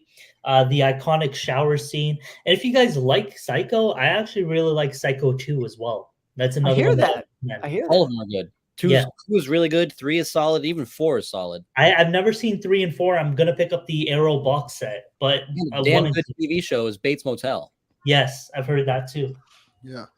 Yeah, I picked up that Psycho 4-pack from Groove. It was like $15 for all 4 movies. So I haven't seen 2, 3, or 4. So Vin and your great wisdom have already that's ridiculous considering Psycho so revered, came out. It's such an older film. Yeah, and Psycho 2 is from the 80s. Yeah. And somehow it's 20 years later. That's so 30 long. years later, and they pulled off a damn good sequel. Yeah. And yeah, Tony Perkins, you're right, Alex. He was so good. When I watched it, I'm like, why? he wasn't even nominated, I don't think, for an Oscar. But So he you know should. what? He is so underrated as an actor. Like he doesn't get any recognition, and he's in everything all that the I've seen him in is outstanding. Yeah, he's remarkable. And he comes back for all the sequels, which is Yes, good. which is very, very important. All right, well, I'm going to dive onto these super quick, and I'm just going to show, these off and go. The original King Kong. I love this thing. I just watched the Son of Kong. Not so good, but man, this I got this weird like thing for King Kong when I saw this. I just instantly got obsessed, and this digibook is great. It's got little essays in it, great making of stuff. Willis O'Brien, the animator, inspired Ray Harryhausen, and if you're a big Harryhausen fan, that's where that comes from. I just bought that the other day after watching it for the first time. I mean, I'm hoping that with all the monsters getting 4K that we get King Kong on 4K. Yes, I think that's a must. Yeah. Evil Dead 2. What can you not say about some classic Bruce Campbell, Sam Raimi horror comedy? And just some fun horror, if you will, is The Mummy. Like the original Mummy with Brendan Fraser is an absolute good time. An absolute not good time is The Exorcist. Probably the scariest movie I've ever seen. I saw that as a midnight movie growing up. And when you're at a midnight movie and those sounds, talk about your Atmos, man. If you've got I don't know if the new 4K, I don't have it yet. If the Atmos soundtrack, do they have that for that? Mine comes in the mail tomorrow. So you got to let me know because it was like enveloping. You could hear creaks and moans. And I'm like, it sent chills up your spine. That's going to be a first time watch for me. Oh, it's so good. And the thing that I saw last year for the first time and missed it and love this film now is Ready or Not. Yes. If you haven't seen Ready or Not, what a blast this film is. That was almost on my list, actually. And the whole time I kept going, is it? I mean, it is, but it looks like Margot Robbie, but it's not Margot Robbie. No. I swear. It's like, it's her twin sister, but yeah, it's, yeah. What's her name? Forget her name. Weavers. Samara Weaving. Samara Weaving. Yeah. Samara Weaving. Yeah. She's a badass in that. She's so good. It's so good. So it's one of my new faves. I plan on watching this again this year. So. It's a total blast. And the ending is crazy. Oh, it's great. Yeah. And if you've never seen this box set, if you ever get a chance, it's worth every. That's a nice box set right there. Every penny. Yeah, it's one of my favorites right there. All right, there you go, Eddie. Awesome. All right, yeah. So I just have some quick I had two backups that I'll just share real quick. So one of them was actually a movie called Death Becomes Her, which I don't own. It's a movie starring Meryl Streep, Bruce Willis, and Goldie Hawn. And it's more like a horror comedy, but I just love watching those three on screen together, and it's fantastic. It's a fun movie. Good. And the other one was a recent watch, Arachnophobia. Yes. Had to give it some love. It's actually kind of genuinely freaky. I mean, I think we all have scared of spiders at some level. So, I mean, yeah, it creeped me out. But yeah, those are the backups I had. As far as like staples, of course, can't go wrong with Halloween. That's kind of become like an every year watch. And Laren says it's also be his 13th year in a row watching Halloween. So nice. And Idle Hands, those are his. That's cool, too. Laren. So yeah, those are mine. That other than that, like I mentioned, I'm trying to kind of discover new horrors. So there's not like one that I have to watch every single year, other than maybe Halloween. But yeah, I try to kind of rotate, kind of discover new horror, every year. Yeah, all you guys, if you haven't subscribed to Shudder, definitely it's pretty cheap, and I mean, I definitely recommend that streaming service for October. You'll find some good stuff for sure, and it has all the classics. It has all the Argento stuff. It has all the older stuff, the older slashics they call it. There's a whole subgenre called slashics, where it's the classic slasher. That's great. Yeah, they're always giving free trials too. Sorry, is there commercials in Shudder? No. Yeah. No, is there? No, not for me. I thought there were ads. Oh wait, no, no, that's Tubi. That's Tubi. Yeah, Tubi. Yeah, I was thinking with Shudder. Yeah. You gotta pay for it. $5.99. I think it's $5.99, but it's worth every penny. Yeah, you're right. You're right. Yeah, I've got a few free trials, but I haven't pulled the trigger on an actual subscription. But yeah, I'm just gonna run through the chat real quick. Thanks again, guys. All of you in the chat for coming out. Jared made it here. And And then Nate says he watched Idle Hands for the first time. Yeah, I got to give that one a watch. Is Devon Sawa, right? From Final Destination. Wookie says, Shutter Original, we're checking out Vicious Fun. Have you seen that one, Vin? I'm not positive. I'm leaning no, but I've heard of it. Okay. Eyes Without a Face. I actually watched that one, hoping to add it to my list, but I was iffy about it. But yeah, that's why I said I know some people don't really vibe with it too much, but I like it. Yeah, I mean, it was good. Can't wait to see Psycho 2 now. Everybody's pumped. Yeah, I've heard great things about that one. I want to get that Arrow set coming out. I want it. I want it too.